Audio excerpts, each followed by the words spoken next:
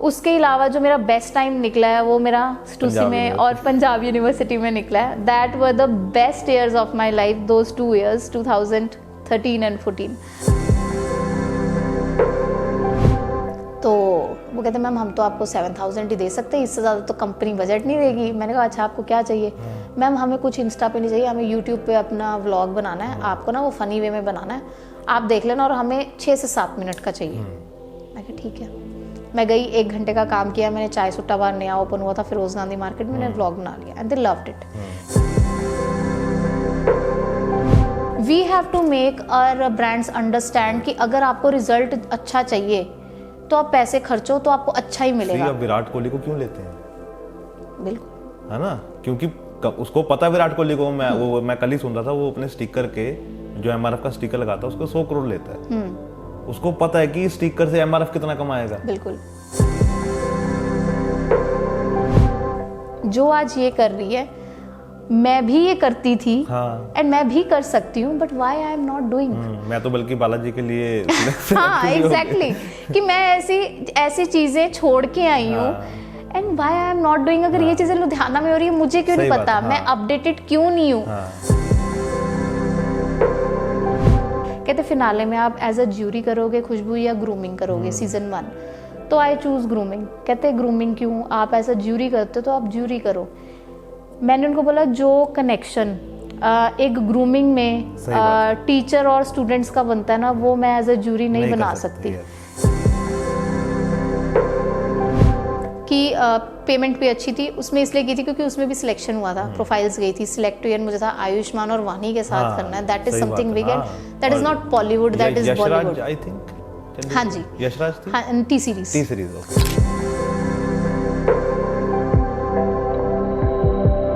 हाय खुशबू, क्या हालचाल? Hi, I am very good and fine. आप बताओ कैसे हो? बहुत बढ़िया. कैसा रहा फिर अभी सफर? बहुत अच्छा. कोई ज़्यादा वो मुश्किल तो नहीं लुधियाना से? Not at all. This is like a second home to me. और यहाँ पे आना हमेशा मेरे लिए एक मेरे को पॉजिटिव वाइब्स ही लेके आता है जब भी मैं चंडीगढ़ आती हूँ. बिकॉज एक तो मैं यहाँ पे पढ़ी हुई हूँ एंड सेकेंडली मुझे लुधियाना, चंडीगढ़, बठिंडा काम भी रहता है. अच्छा. It's like a second home. मतलब लुधियाना से बठिंडा भी पास है ना, और चंडीगढ़ भी उतना ही पड़ता है. हाँ जी, 2.5 घंटे बठिंडा लगते हैं, 1.5 से 2 घंटे चंडीगढ़ लगते हैं. तो it's very easy for me. तो पहले हम स्टार्ट करते हैं बचपन से. ठीक है ना. तो बचपन कहाँ बीता खुशबू सारा? मेरा बचपन लुधियाना में ही बीता है सारा. I am born and brought up in Ludhiana. और मेरी फैमिली, मेरे मम्मा पापा लुधियाना से ही थे. तो मेरी स्कूलिंग कॉन्वेंट स्कूल से हुई है. एंड उसके बाद बचपन के बाद, जैसे स्कूल के बाद अगर मैं बात करूँ तो after +2 I came to MCM DAV sector 36. वो थोड़ा आराम से चलते हैं हम. पहले कॉन्वेंट स्कूल में रहते हैं. स्कूल कौन सा था? Sacred Heart convent school. Okay. तो बचपन में क्या था, खुशबू को था कि पढ़ाई में कैसी थी, या बचपन से ही फैशन का शौक था? नहीं, मैं पढ़ाई में बहुत अच्छी होती थी टिल 7th. मेरे घर पे प्राइजेस पड़े हैं. मैं 3rd क्लास तक तो फर्स्ट आती थी, तो हमेशा मेरा बोर्ड पे नाम होता था. और जितने हमारे रिलेटिव्स होते थे मेरी मम्मा को बोलते थे आती, दीदी देखो इसका बोर्ड पे पहले ही नाम है, आज ये फर्स्ट आई है, आज ये 3rd आई है. तो मेरा 1st to 7th यही चलता रहा, between 1st to in top 10 positions. And mostly मैं 3rd 4th आती थी, और 1st 2nd 3rd में मेरी रेगुलर 1st पोजीशन रही है. So I was a very bright child. और मेरी मम्मा ने मुझे कभी नहीं पढ़ाया. तो घर के पास एक ट्यूशन होती थी, मेरे को वहाँ पे भेज देते थे, मैं वहाँ पे ही पढ़ती थी. एंड वहाँ से 2 घंटे पढ़ के मैंने आ जाना. And when I was in 8th 9th standard तो मेरी मम्मा ने पंजाबी मुझे पढ़ाई थी बस. उसके अलावा मेरी मम्मा ने कभी मैथ्स, इंग्लिश कुछ नहीं पढ़ाया. मैंने ट्यूशन्स में ही पढ़ा. एंड ट्यूशन से आगे मैं पढ़ती नहीं होती थी. देन 8th में थोड़ा अलजेब्रा बहुत कंफ्यूजिंग लगा मुझे. एंड मैं उतना ही करिकुलर एक्टिविटीज़ में भी बहुत ज़्यादा एक्टिव थी. उसके अलावा जितने एनुअल फंक्शंस और स्पोर्ट्स डे होता था, हर साल मैंने पार्टिसिपेट करना. मुझे होता था या डांस में पार्टिसिपेट करूँ. मैं सिंगिंग में भी अच्छी थी, मैं डांस में भी अच्छी थी, फ्रंट पे खड़ी होती थी. एंड अबव ऑल दैट मेरे को ड्राइंग का बहुत शौक था. इन +2 I got 98 marks out of 100. And जब मैं MCM में गई, इकोनॉमिक्स और फाइन आर्ट्स में ऑप्शन थी कि एक ही ऑप्ट कर सकते हो. तो मुझे दोनों लेने हैं. अच्छा. बिकॉज इकोनॉमिक्स में भी मेरे मार्क्स अच्छे आए थे. I got somewhere around 80 marks.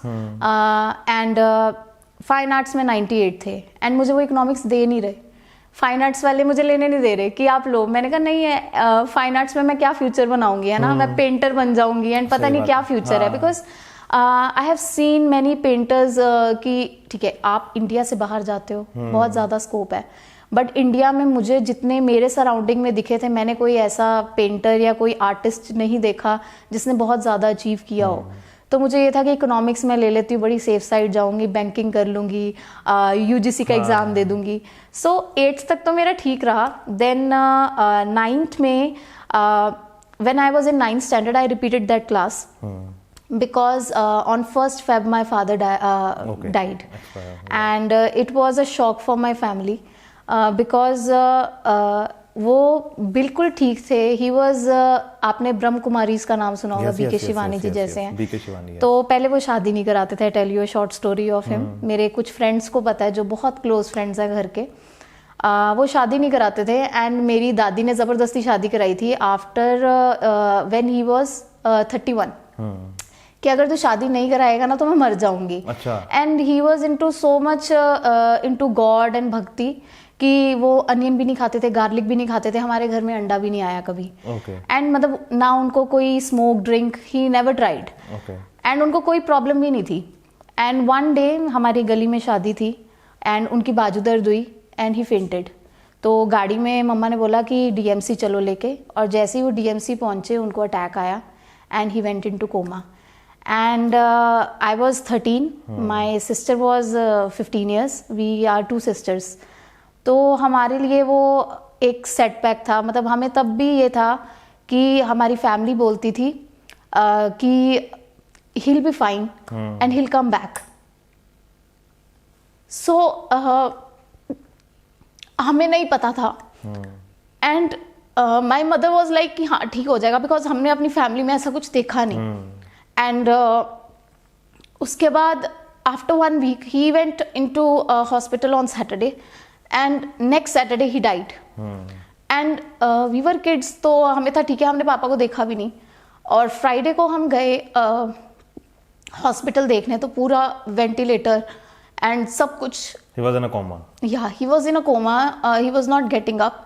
And family में सारे बोलते रहे कि हाँ he'll be fine, he'll be fine. And हमें भी था ठीक है पापा आ जाएंगे। हम छोटे थे, हमें किसी ने कुछ बताया ही नहीं कि हार्ट अटैक क्या होता है, हुआ है नहीं हुआ।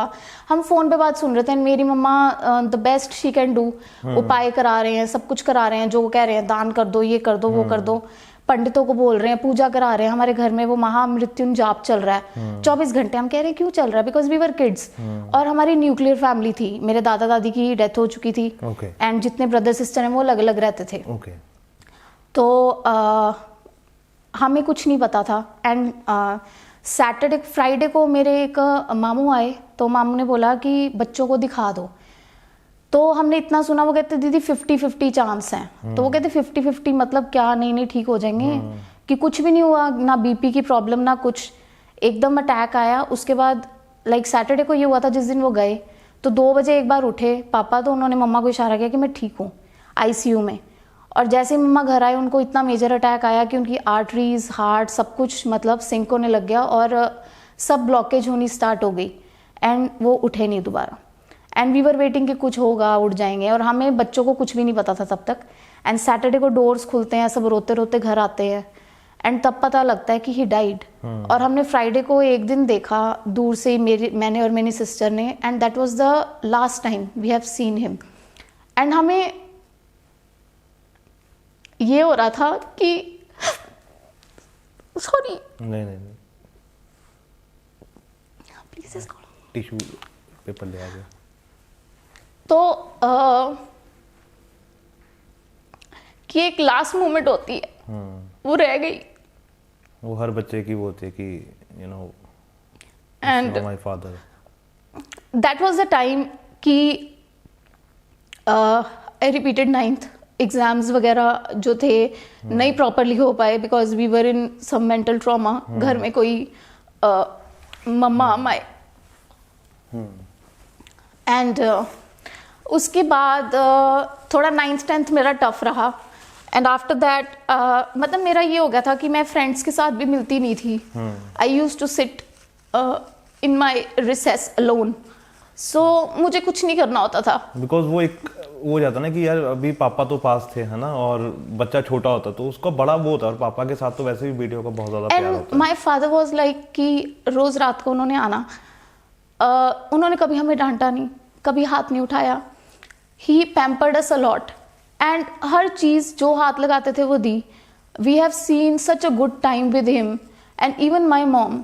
एंड मतलब मेरे पापा ऐसे थे कि मम्मा को उन्होंने ऐसे पैसे दे देने, कमा के लाना, ये ले रख ले, ये ले रख ले. मेरे पापा मतलब मम्मा से पैसे मांगते थे, मेरे को 1000 दे दे, मेरे को 2000 दे दे, मेरे को लेके जाने हैं. तो ही वॉज लाइक दैट. और आते ही उन्होंने पहले हमें घुमाना गाड़ी में, हमें घर पे छोड़ना मेड के साथ, फिर मम्मा को लेके जाना. ये एवरीडे रूटीन था. और हर साल जैसे 2-3 ट्रिप्स हमने जाना. तो इट वाज लाइक कि हमने वो फेस कभी ना ऐसा देखा ही नहीं कि पापा के बगैर कैसा होगा कोई फैमिली, बिकॉज शुरू से हम न्यूक्लियर फैमिली में रहे हैं, हमने वो सेपरेशन, वो पेन कभी देखी नहीं थी. सो वो जो 9th 10th का टाइम था, इट वाज लाइक कि मैं अपनी क्लास में बैठी रहती थी, रिसेस पे लोग जाते थे, कैंटीन में जाते थे, मैं नहीं जाती थी. वो मन ही नहीं करता ना, वो आपका वो होता ही नहीं अंदर से. You know you father is like a very big. He was like a backbone and he taught us a lot. मतलब मैंने अपनी लाइफ में इतने साल मैंने आज तक I haven't seen such a nice person in my life. और he was मतलब he is like कि उन्होंने कितने लोगों को काम के लिए सेट किया. आज भी he died in 2003 एंड 20 साल बाद भी उनका नाम शहर में लोग जानते हैं. और जब उनकी बात होती है, हर इंसान के मुंह से ये बात निकलती है, he was a very good guy. क्या नाम था उनका? विकास कपूर. okay. एंड मेरे मामू मेरे 2-3 मामू को सेट किया, काफी लोगों को काम सिखाया. अब देखो हर किसी की वो एक होती है कि ठीक है, किस्मत है कि किसी ने सीख लिया, किसी ने नहीं किया. एंड उनको आज भी लोग एडमायर करते हैं, आज भी याद करते हैं कि हाँ ठीक है, बहुत अच्छे थे. मतलब he was into so much religion. हर महीने चिंतपूर्णी भी जाना है, भक्त भी पूरे थे, एंड कभी कुछ खाया पिया नहीं, फैमिली ओरिएंटेड पर्सन. एक चीज बताता हूँ, वो जो आपने बोला ना कि ब्रह्म कुमारी है ना, वो मेडिटेशन बहुत करते होंगे. शादी से पहले तो उनको शादी नहीं करनी थी, बट शादी के बाद भी हाँ वो आश्रम्स में जाते होते थे. बहुत करते होंगे है ना. तो मैं बताता हूँ जो मैंने स्टडी की है इस चीज के ऊपर. सी इसको बोलते हैं एनलाइटन होना. आई एम नॉट अवेयर कि it's a right word. Enlighten you know ना, एनलाइटन मतलब कि you know. Even I have attended few classes because मुझे ये होता था कि that is the only thing which is connected with my father, which connects me to my father actually. क्योंकि that is only thing what is left out. वो एक यादें हैं बस उनकी कि यहाँ जाते थे, वहाँ जाते थे. हम हर साल मसूरी जाते थे. तब छोटे होते मुझे नहीं पता था कि हाँ क्या है मसूरी. हाँ हिल स्टेशन अब भी बहुत है, but that hill station is still my favourite because मुझे अच्छा लगता है वहाँ जाना. रिक्रिएटिंग न्यू मेमोरीज और रिफ्रेशिंग माई ओल्ड मेमोरीज मेरा ऑल टाइम फेवरेट है. बिकॉज हर साल हमने कहीं और जाना नहीं जाना, बट मसूरी जाना ही जाना है. तो it was like that. And 9th 10th में ये सारा फेज निकला, थोड़ा स्लो डाउन हो गई. फिर मैंने +1 +2 में आई चेंज्ड माई स्कूल. मैं पहले Sacred Heart Convent BRS Nagar थी, then I shifted to Sacred Heart Convent Sarabha Nagar. तो उधर जाके थोड़ा मेरा माइंडसेट ऐसे हुआ कि नहीं अब कुछ खुद के लिए करना है. बिकॉज घर में भी बहुत प्रॉब्लम्स वो 2-3 साल में देख ली थी. My mom is struggling with work. मेरी मम्मा ने कभी काम नहीं किया. And my father is into woollen business. And मम्मा को कोई काम नहीं पता था. बिजनेस मम्मा हैंडल कर रहे थे फिर? नहीं, वो तो पापा का तो बंद हो गया. He was into trading and everything. ठीक है, तो जितना भी मम्मा का था, शी स्टार्टेड डूइंग बेडशीट्स का, टप्परवेयर का, घर पे ही. बिकॉज या it was very tough. And वही कहते हैं ना कि जब अच्छा टाइम होता है, अच्छे टाइम पे तुम्हारे साथ 1000 लोग भी होते हैं. एंड जब तुम्हारा बुरा टाइम होता है ना, तुम रोते हो, वो 1000 में से कोई एक मदद भी कर दे, बिल्कुल बिल्कुल, तो वो उस टाइम पे तुम्हें भगवान की तरह लगता है. एंड इट वॉज लाइक कि मेरी मम्मा को कोई नॉलेज नहीं, कुछ पता नहीं, काम कभी किया नहीं. She was a complete house wife. And बस वो कभी बेडशीट्स कर रहे हैं, कभी टप्परवेयर कर रहे हैं. एंड इतना कुछ होता था कि शी वॉज लाइक कि ठीक है, हमने पीजीज वगैरह घर पे रख लिए कि चलो. आई केम टू चंडीगढ़. मेरी सिस्टर भी चंडीगढ़ में ही पढ़ी है. वो मुझसे पहले 2 साल पहले चली गई थी, मैं लेट गई हूँ 2 साल बाद. अब दोनों सिस्टर्स हो बस? दोनों सिस्टर्स. ओके. तो आप छोटे, वो बड़ी? वो बड़ी है, मैं छोटी हूँ, and now she is married to in Sangrur. So उसमें क्या होता था कि मम्मा पीछे से अकेले होते थे, तो उन्होंने पीजी लड़कियां रख ली कि चलो मन लगा रहेगा, मैं अकेली रहती हूँ घर में कि क्या होगा। तो पहले वो जब काम भी करते थे ना, शी वॉज लाइक पानीपत से बेडशीट्स लेके आना, कुछ लेके आना, उन्होंने रेट टू रेट रिश्तेदारों को दे देनी। तो मैं मम्मा कहती थी मम्मा आप कमाते क्या हो, बिकॉज कभी काम किया नहीं, वो बिजनेस वुमन वाला कभी थॉट आया ही नहीं कि हाँ 1500 की चीज मैं 3000 में दूंगी। तो मैंने वो चीजें ना घर में स्ट्रगल देखी है, मम्मा का काम करते हुए देखा है, कभी पीजी रख रहे हैं, कभी खाना बना रहे हैं, कभी टिफिन्स दे रहे हैं, और उन्होंने कभी काम नहीं किया। मतलब माय मदर वाज लाइक कि हर महीने किट्टी विट्टी पे बस जाना, घर में 3-4 नौकर होते थे, और हर महीने जैसे अपना चले जाना अपनी फ्रेंड्स के साथ, चलो जी मैं ये शॉपिंग करने जा रही हूँ, गोल्ड लेने जा रही हूँ, एंड उसके बाद एकदम लाइफ चेंज हो गई, बिकॉज उनको पता था कि हाँ मैंने लड़कियां पालनी, लड़कियों की शादी करनी है, सर्वाइव तो करना है ना। And then I came to MCM। ठीक है, तब मेरा माइंड, जैसे मैंने बताया, फाइन आर्ट स्टूडेंट थी, मेरा पैशन था ड्राइंग करना, मैं बहुत अच्छी थी। +1 +2 में क्या स्ट्रीम थी? +1 +2 में मैंने ह्यूमैनिटीज ली, उसमें मैंने इकोनॉमिक्स और ये फाइन आर्ट्स वगैरह, इंग्लिश, जो बाकी सब्जेक्ट्स थे, और मुझे ये था कि मुझे UGC का पेपर देना है और चंडीगढ़ जाके मुझे मास्टर्स करनी है, किसी भी स्ट्रीम में, वो मैं देखूंगी, साइकोलॉजी करनी, इकोनॉमिक्स करनी, बिकॉज मुझे लगता है लाइफ में इंटरेस्ट्स ना बदलते रहते हैं, और मैं कई चीज़ों में अच्छी थी, मैं सिंगिंग में भी अच्छी थी, मैं डांस भी अच्छा कर लेती थी, और मैं पेंटिंग में भी अच्छी थी, मैं इकोनॉमिक्स में भी अच्छी थी, ब्राइट स्टूडेंट मैं एग्जाम्स में शुरू से रही हूँ, और जबकि मेरा पंजाब यूनिवर्सिटी में भी नाम आ गया था फर्स्ट गो में, तो वहाँ पे भी इकोनॉमिक्स में मेरी अच्छी परसेंटेज रही है, जब भी मैंने मास्टर्स भी वहाँ से की है ऑनर्स में, इकोनॉमिक्स ऑनर्स में। तो मुझे ये था देखते हैं क्या करना है, मैं कभी ना इतनी प्लानिंग लेके नहीं चलती कि फ्यूचर लाइफ में क्या होगा, मुझे जो एट द मोमेंट अच्छा लगता है मैं वो करती हूँ।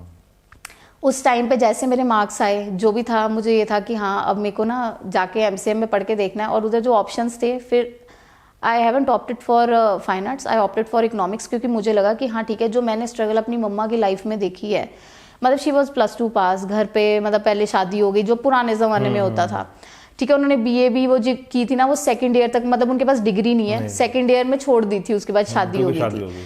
तो इट वॉज लाइक कि मम्मा मेरे आज पढ़े लिखे होते, कोई काम कर रहे होते, तो आज शायद ये दिन उनको ना देखने पड़ती, इतनी स्ट्रगल ना देखनी पड़ती, पापा के रहते हुए भी इंडिपेंडेंट होते फाइनेंशियली, अगर अपना कर रहे होते, है ना, तो इतनी वो तकलीफ ना होती उस समय जो हुई वो, है ना। एंड वो मेरी मम्मा भी नहीं समझ पाए, उनको ये होता था लड़कियों को मैंने पढ़ाना है अच्छे स्कूल में, कॉलेज में, और अपना शादी करके जाएं। उनकी सोच हमेशा से ये होती थी कि पढ़ाओ लिखाओ और शादी करके इनको भेज दो। उनके ये था ना कि मैं अकेली हूँ, है ना, मेरे पास 2 बेटियां हैं ना, तो जितनी जल्दी हो सके वो हर माँ बाप की होती है ना, कि कल को पता नहीं लोग क्या बोलेंगे, समाज क्या बोलेगा, है ना, कि सोसाइटी क्या बोलेगी, ये बहुत चक्कर होता है। तो उनकी वो सोच थी कि ठीक है बेटी मेरी बेटी है, इनको पढ़ा के मैं इनकी शादी कर दूं, बस मेरा इतना सपना, हर माँ बाप का यही सपना होता है, अपने बच्चों को लेके। तो खुशबू ये कहाँ से ध्यान में आया कि मैं अब लुधियाना से चंडीगढ़ जाके पढ़ती हूँ? ये मेरे माइंड में नहीं था, मेरी मम्मा के माइंड में था शुरू से। अच्छा। As if I just said कि उनको ये था कि मैंने लड़कियों को पढ़ाना है अच्छा, मैं उनको ये था कि मैं अच्छा पढ़ा लिखा दूं कि कल को ये किसी के भी घर में जाती हैं वो ये ना बोले कि हाँ ऐसे से ही है, अनपढ़ गवार टाइप। जो मुझे लगता है कि हाँ लुधियाना में रहकर, देखो वो ना स्कूल्स में भी फ़र्क है, मैं उस चीज़ को लेके बायस नहीं हूँ कि हाँ ठीक है मैं कॉन्वेंट में पढ़ी हूँ बाकी स्कूल्स बुरे हैं, बट मुझे एक लगता है कि एक तुम्हारी पर्सनैलिटी में बहुत चेंज लाता है, एक स्कूल का बहुत बड़ा रोल है। जब तुम किसी भी स्कूल में जाते हो तो उनको ये होता था कि मैंने अपने बच्चों को ग्रूमिंग और पर्सनैलिटी ऐसी देनी है कि वो कॉन्फिडेंटली हर किसी के सामने अच्छी तरह आ पाए। तो उनका बस मेन फोकस था अच्छे स्कूल और कॉलेज में पढ़ाना। तो शी इज़ द वन कि हमारे सारे रिलेटिव्स बोलते थे कि बहुत खर्चा होएगा, बच्चे पीजी में रहेंगे, बाहर के स्कूल्स का खर्चा, ट्रैवलिंग का खर्चा, तू मत करा। उन्होंने किसी की नहीं सुनी, उन्होंने हम दोनों को चंडीगढ़ में पढ़ाया। मेरी सिस्टर भी चंडीगढ़ में पढ़ी है और उसके बाद उसने वहाँ पे शी शिफ्टेड टू लुधियाना, उसने वहाँ पे बीएड 1 साल की, उसके बाद उसने she started doing a job. और मैं जैसे चंडीगढ़ में मेरी स्टडी ख़त्म हुई, जैसे जुलाई में मैंने अपने मास्टर्स की दिया, रिजल्ट आया, अगस्त में मेरी एंगेजमेंट हो गई और जैन में शादी। तो खुशबू आपने बहुत फॉरवर्ड में आपने बता दिया कि लिए वो पास आउट हुए फिर एंगेजमेंट होगी, लेकिन हम इतना तेज नहीं चलेंगे, थोड़ा सा आराम से चलेंगे कि जब यहाँ पे चल रहे थे सब कुछ, तो मुलाकात हो चुकी थी उनसे? हाँ जी, I met him first year में या? नहीं 12th में। अच्छा। एंड मतलब यहाँ पे ये था कि उनकी फैमिली में सबको पता था and he was senior to me. So अच्छा, स्कूल से? हाँ जी, Okay. क्योंकि reason is he was senior to me and उनकी फैमिली एक्चुअली मेरी मम्मा के they both were kitty members. Okay. तो वो घर पे थोड़ा पता आना जाना था एंड एक दिन he saw me in school, तो वो कहते ये तो मंजू आंटी की लड़की है। तो he started talking to me. तो मैं I was very shy kind of a person. मैं अपना शुरू से स्कूल जाती थी, स्कूल से वापस आती थी, फालतू कभी बात नहीं करनी, कुछ नहीं। And then this all started when I went to Chandigarh.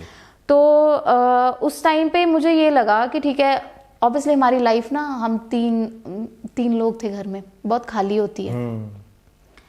तुम्हारे जितने भी फ्रेंड्स होते हैं, बट तुम उस टाइम पे ना, तुम्हारा कोई भी फ्रेंड तुम्हारी इमोशनल स्टोरी या तुम्हारे घर के झमेले सुनने में कोई इंटरेस्टेड नहीं होता। एंड हम उनसे सिर्फ पढ़ाई की बातें करते हैं, पार्टीज की बातें करते हैं। सो उस टाइम पे कोई तुम्हें इमोशनली सपोर्ट करे और सुन लेना, तो तुम्हें लगता है या ही और शी इज द वन कि हाँ at least they are listening to अस।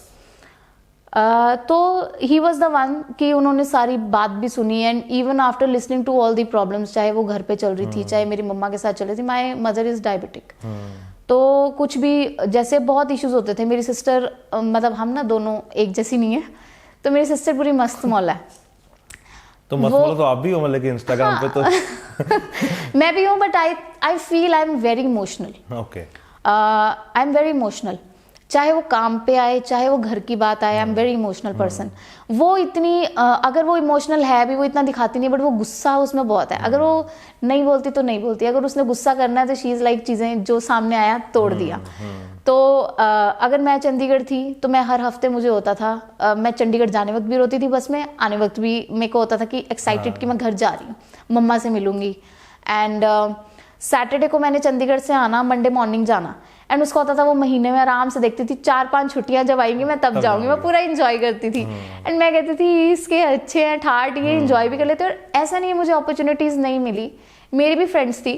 और but it's all about choices. I feel कि उसका चॉइस था कि मैं आई हूँ, मैं इंजॉय करूं, ठीक है। और वो ना मतलब हमारे घर में भी उसको सारे ना भोला बच्चा टाइप बोलते थे कि लाइला किसी के पीछे लग जाती है। बट मैं इमोशनल जरूर हूँ, बट अगर कोई मुझे बेवकूफ़ बनाए, मैं बेवकूफ़ नहीं बनती।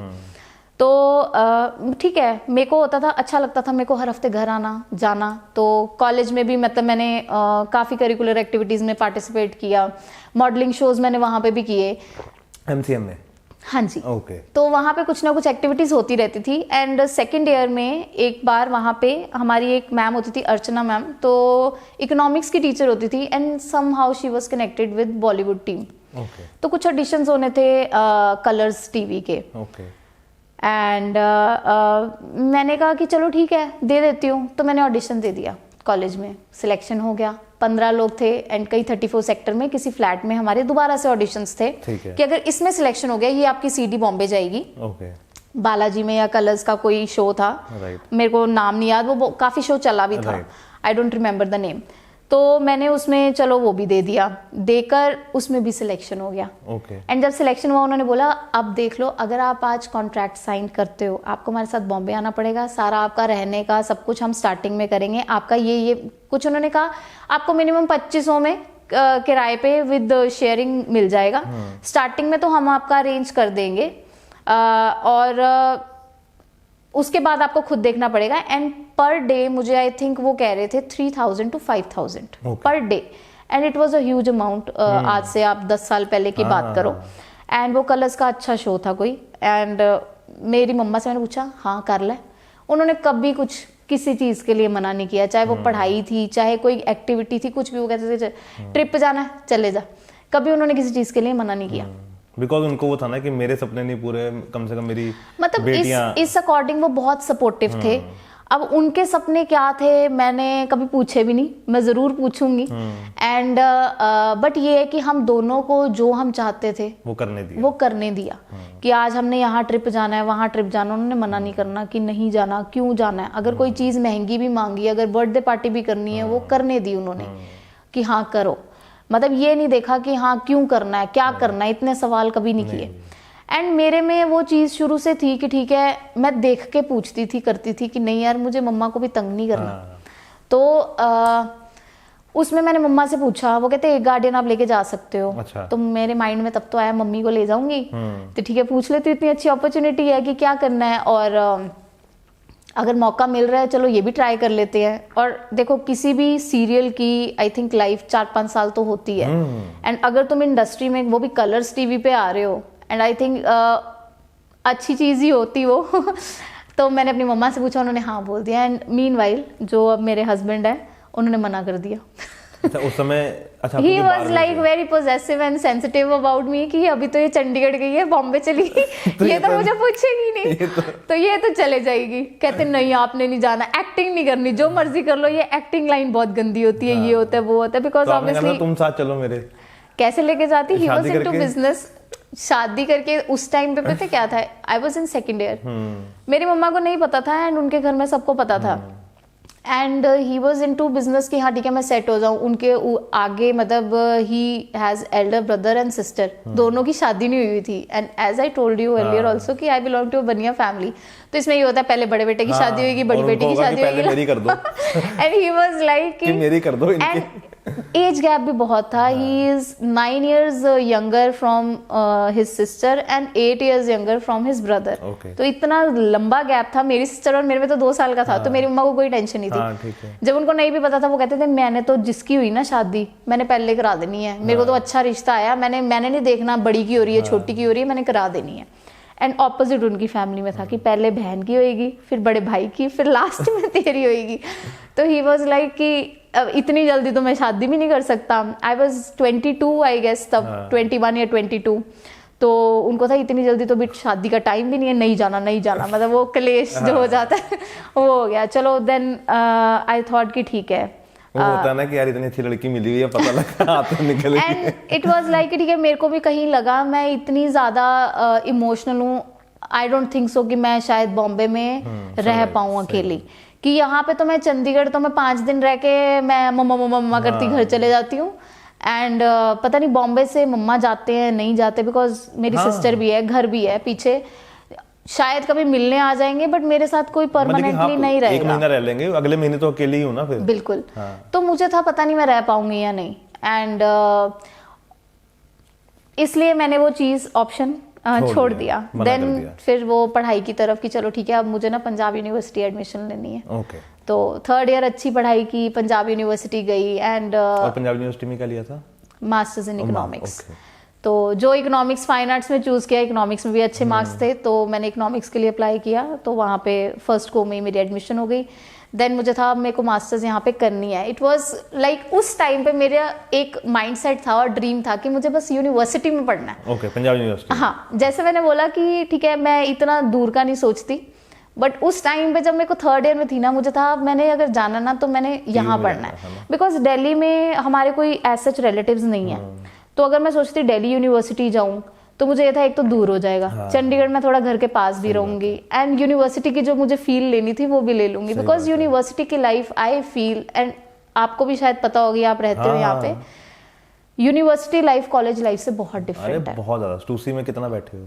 बहुत, रोज बैठती थी मैं, हम दिन की 3-3 कॉफीज पीते थे। एंड मतलब किसी को स्कूल टाइम अच्छा लगता है, किसी को, मेरा स्कूल टाइम मुझे बिल्कुल पसंद नहीं है, ठीक है। एंड जो भी ट्रेजेडीज हमारे साथ हुई, उसके अलावा जो मेरा बेस्ट टाइम निकला है वो मेरा टूसी में और पंजाब यूनिवर्सिटी में निकला है। That were the best years of my life, those 2 years 2013 and 14। And जितना मैंने पता है वहाँ पे एवरीथिंग इज देयर। एक तो इतने सारे कल्चरल प्रोग्राम्स होते हैं, सिंगर्स आते हैं, एंड वो जो बेस्ट होता है पार्ट जो पॉलिटिक्स का है वहाँ पे, 2 महीने पढ़ाई नहीं होती, टीचर्स को ही बाहर निकाल देते हैं, आ जाते हैं, and it was fun, it was fun. तो तब लुधियाना से वो कितना आते थे मिलने? कौन? एवरी मंथ, अच्छा, वंस इन अ मंथ, और नहीं तो मैं तो हर हफ्ते लुधियाना चली जाती थी। So it was like that. And मम्मा को मास्टर्स करने वक्त आई टोल्ड हर, क्योंकि मेरी शादी के पीछे वो 2nd ईयर के बाद पड़ गए थे, शादी करा ले, बिकॉज रिश्ते आने लग गए थे बहुत ज़्यादा, एंड उनको था दीदी आपकी 2 लड़कियां, एक को करा के फ्री हो जाओ, कितनी देर तक देखोगे ये वो। तो फिर मुझे अल्टीमेटली बताना पड़ा, फिर मैंने मम्मा को मिलवाया एंड मेरी मम्मा सैलून रन करते थे तब तक। मम्मा ने फिर एक सैलून ओपन कर दिया था, जिम एंड सैलून, तो वहाँ पे ही मैंने उनको मिलाया, फर्स्ट मीटिंग कराई और मम्मा को बताया, मम्मा आप जानते हो ऐसे ऐसे वो सुषमा आंटी का लड़का है। कहते अच्छा, तो मम्मा को पता था हाँ family is good, they have ice factory and घर पे भी केमिकल्स वगैरह का काम है, मम्मा जानते थे सारा। तो मम्मा शी वाज लाइक अच्छा ठीक है मिल लेते हैं। तो मम्मा कहते स्कूल में तो ऐसा लगता था। मैंने कहा मम्मा स्कूल में लगता था, अब एक बार मिल लो तो मैं बड़ी हो गई तो हाँ, तो मम्मा मिले तो मम्मा कहते मेरे को तो लड़का पसंद है, मैंने तेरे यहीं करानी है शादी। मैंने कहा चलो सॉर्टेड, अब पढ़ लो अपना कर लो, उसके बाद देखेंगे। देन वी वर वेटिंग कि हाँ ठीक है, जब उनकी दीदी की और भैया की शादी हुई नहीं थी। अच्छा तब भी नहीं हुई थी। उन दीदी भैया की शादी वाज टू लेट। हमने तो व्हेन वी वर 25 हमने शादी करा ली, when he was 25, और दीदी भैया की शादी तो लाइक 33-34 में हुई है उन्होंने। बिकॉज मतलब कुछ भी कह लो, एक्चुअली भैया की इसलिए लेट होगी कि दीदी की शादी नहीं हुई एंड शी वाज मतलब शी इज टू कहते हैं ना क्वालिफाइड, कि बहुत ज्यादा क्वालिफाइड पर्सन भी हो तो उनको अपने अकॉर्डिंग वो मैच नहीं लगता। शी हैज डन, मतलब उन्होंने आईएएस के एग्जाम्स भी दिए, जबकि वो इंटरव्यू से पहले शी बैकआउट, साइकोलॉजी की हुई है, मतलब क्या क्या नहीं किया हुआ, मतलब मैं बता नहीं सकती, इतना तो मुझे भी नहीं याद। शी इज हाईली क्वालिफाइड और उनको लगता था कि he is not eligible for me, he is not eligible for me. कोई मैच तो होना चाहिए। बिल्कुल, अब लुधियाना में रह के कोई छोटे शहर का भी पसंद नहीं आता, चाहे जितना बड़ा घर हो। तो मतलब उनकी चॉइसेस हमेशा थोड़ी डिफरेंट रही है, इस वजह से उनका लेट होता रहा एंड उस चक्कर में भैया भी लेट हो गए। लेकिन आपने तो नहीं सुनी किसी एंड में क्या हुआ, जब दीदी की हुई तो भैया लेट हुए। भैया की हमसे 1 साल बाद हुई है शादी, हमारी पहले हो गई थी, तो हमने शादी करवा ली। तो मम्मा कहते हैं अब करनी है करो, नहीं करनी तो मेरे को बता दो, मैं कहीं और कराऊं। तो he put pressure on his family कि नहीं मैंने करानी है तो यहीं करानी है, अब आप बताओ करा रहे हो या नहीं। तब तक भैया को भी, मतलब भैया की भी लव मैरिज है तो उनको भी लड़की मिल गई थी, बट उनको था मैं रुक के कराऊंगा, आपने कराने करा लो। तो फिर हमने कराई, उनके हमारे 11 मंथ्स बाद ही शादी की, उनकी भी शादी हो गई थी, नहीं हम 13 मंथ्स के बाद, मतलब हमारी जैन में हुई थी, उनकी नेक्स्ट ईयर फेब में हुई है। तो इट वाज लाइक कि ऐसे चलता रहा। फिर मैंने अपना पूरा कॉलेज वॉलेज अपना कंप्लीट किया, जुलाई में रिजल्ट आया। तो मैंने सोचा था कि मैंने इतनी बुक्स भी लेकर रखी कि मैं यूजीसी के एग्जाम्स दूंगी, क्योंकि मुझे शुरू से होता था कि मैंने कुछ करना है, मैंने वेली नहीं बैठना। मैंने मम्मा की स्ट्रगल और मम्मा को देख के ये सीखा था, मेरी फैमिली बहुत अच्छी है, ऐसा नहीं है कि हाँ मेरे को ज़रूरत है काम करने की, और वो मुझे करने भी नहीं देते थे। उनकी पहली कंडीशन ये थी, हमने बहुओं को काम नहीं करवाना, जॉब तो करानी नहीं है, करेगी अपना बिजनेस कर लेगी, हम खुलवा देंगे, जॉब नहीं करेगी ये। और मेरे को ये होता था कि मैं यूजीसी क्लियर करके कहीं कॉलेज में लेक्चरर टाइप लगूंगी, क्योंकि मेरे को अपनी पढ़ाई भी वेस्ट नहीं करनी जो मैंने की है, जिस इतने पैसे लगाए हैं, तो जो मैंने लाइन चूज की है एटलीस्ट उसका मैं कुछ सही बात है मूल तो निकालूं। तो इट वाज लाइक जुलाई में मेरी स्टडीज खत्म हुई, रिजल्ट भी अच्छा था एंड उसके बाद अगस्त में एंगेजमेंट हुई, फिर शादियों की तैयारी, जनवरी में मेरी शादी हो गई। तो शादियों की तैयारी में कुछ नहीं हुआ। देन एग्जाम्स के जब शादी हुई, शादी के बाद भी मैं कुछ यूजीसी की तैयारी करती रही कि पेपर दूंगी जब भी निकलेगा, नवंबर दिसंबर में जब भी निकलता है। एंड मीनवाइल हमारा पता नहीं मूड बना कि ठीक है बाहर ही सेटल हो जाते हैं। तो उस टाइम पे बहुत ज़्यादा चल रहा था आउट ऑफ इंडिया कि कनाडा चले जाते हैं, कुछ है। तो मैंने आइल्स वाइल्स के पेपर भी दे दिए, ठीक है, पेपर क्लियर भी हो गया। फिर प्लान कैंसिल हो गया, घर वाले कहते नहीं नहीं इधर रहना है, बिजनेस है, सब कुछ है, तुमने क्यों जाना है बाहर, नहीं जाना बाहर, काम करोगे तो नहीं होगा। तो चलो वो भी कैंसिल हो गया। फिर उसके बाद मेरी डॉटर हो गई इन 2015, मतलब उसके बाद मैंने 2 साल इट वाज लाइक कि वो फेज अपना एंजॉय किया। एंड फिर मुझे लगने लगे कि यार मैं इतनी एक्टिव होती थी, मैं इतने एक्टिविटीज में पार्टिसिपेट करती थी, सब कुछ है, तो अब मैं बिल्कुल ऐसे घर पे बैठ गई हूँ, खाना बना रही हूँ, कुछ कर रही हूँ कि मैं ऐसी नहीं हूँ, मैं नहीं बैठ सकती।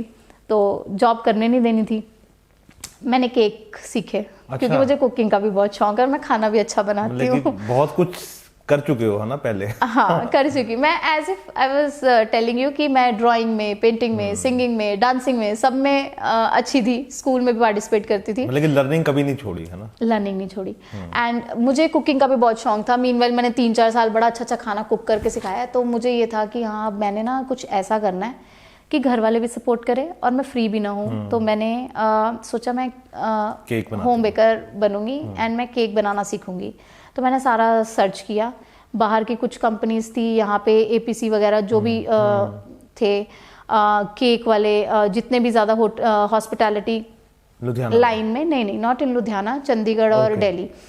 आई was ready to learn from Delhi, Bangalore, anywhere. तो मेरे husband was ready to send me और इन लॉज भी, बट उसमें ये था कि मेरे को था कुछ क्रैश कोर्स करना 10-15 दिन का। मेरी डॉटर थी छोटी एंड मुझे ये था कि मैं 3 महीने 6 महीने नहीं दे सकती कि, और जो कोर्सेज थे वो ऐसे थे कि 1 ईयर, 9 months, 2 years, सुबह मॉर्निंग 9 to 6, वो पॉसिबल ही नहीं था मेरे लिए। या मैं वीकेंड कोर्सेज कर लेती, तो वीकेंड का भी जो भी कोर्सेज वो दे रहे थे वो भी मेरे को फिजिबल नहीं लगे। देन मैंने केक सेंटर स्टूडियो है डिफेंस कॉलोनी में, तो मैं लुधियाना से वहाँ पे गई।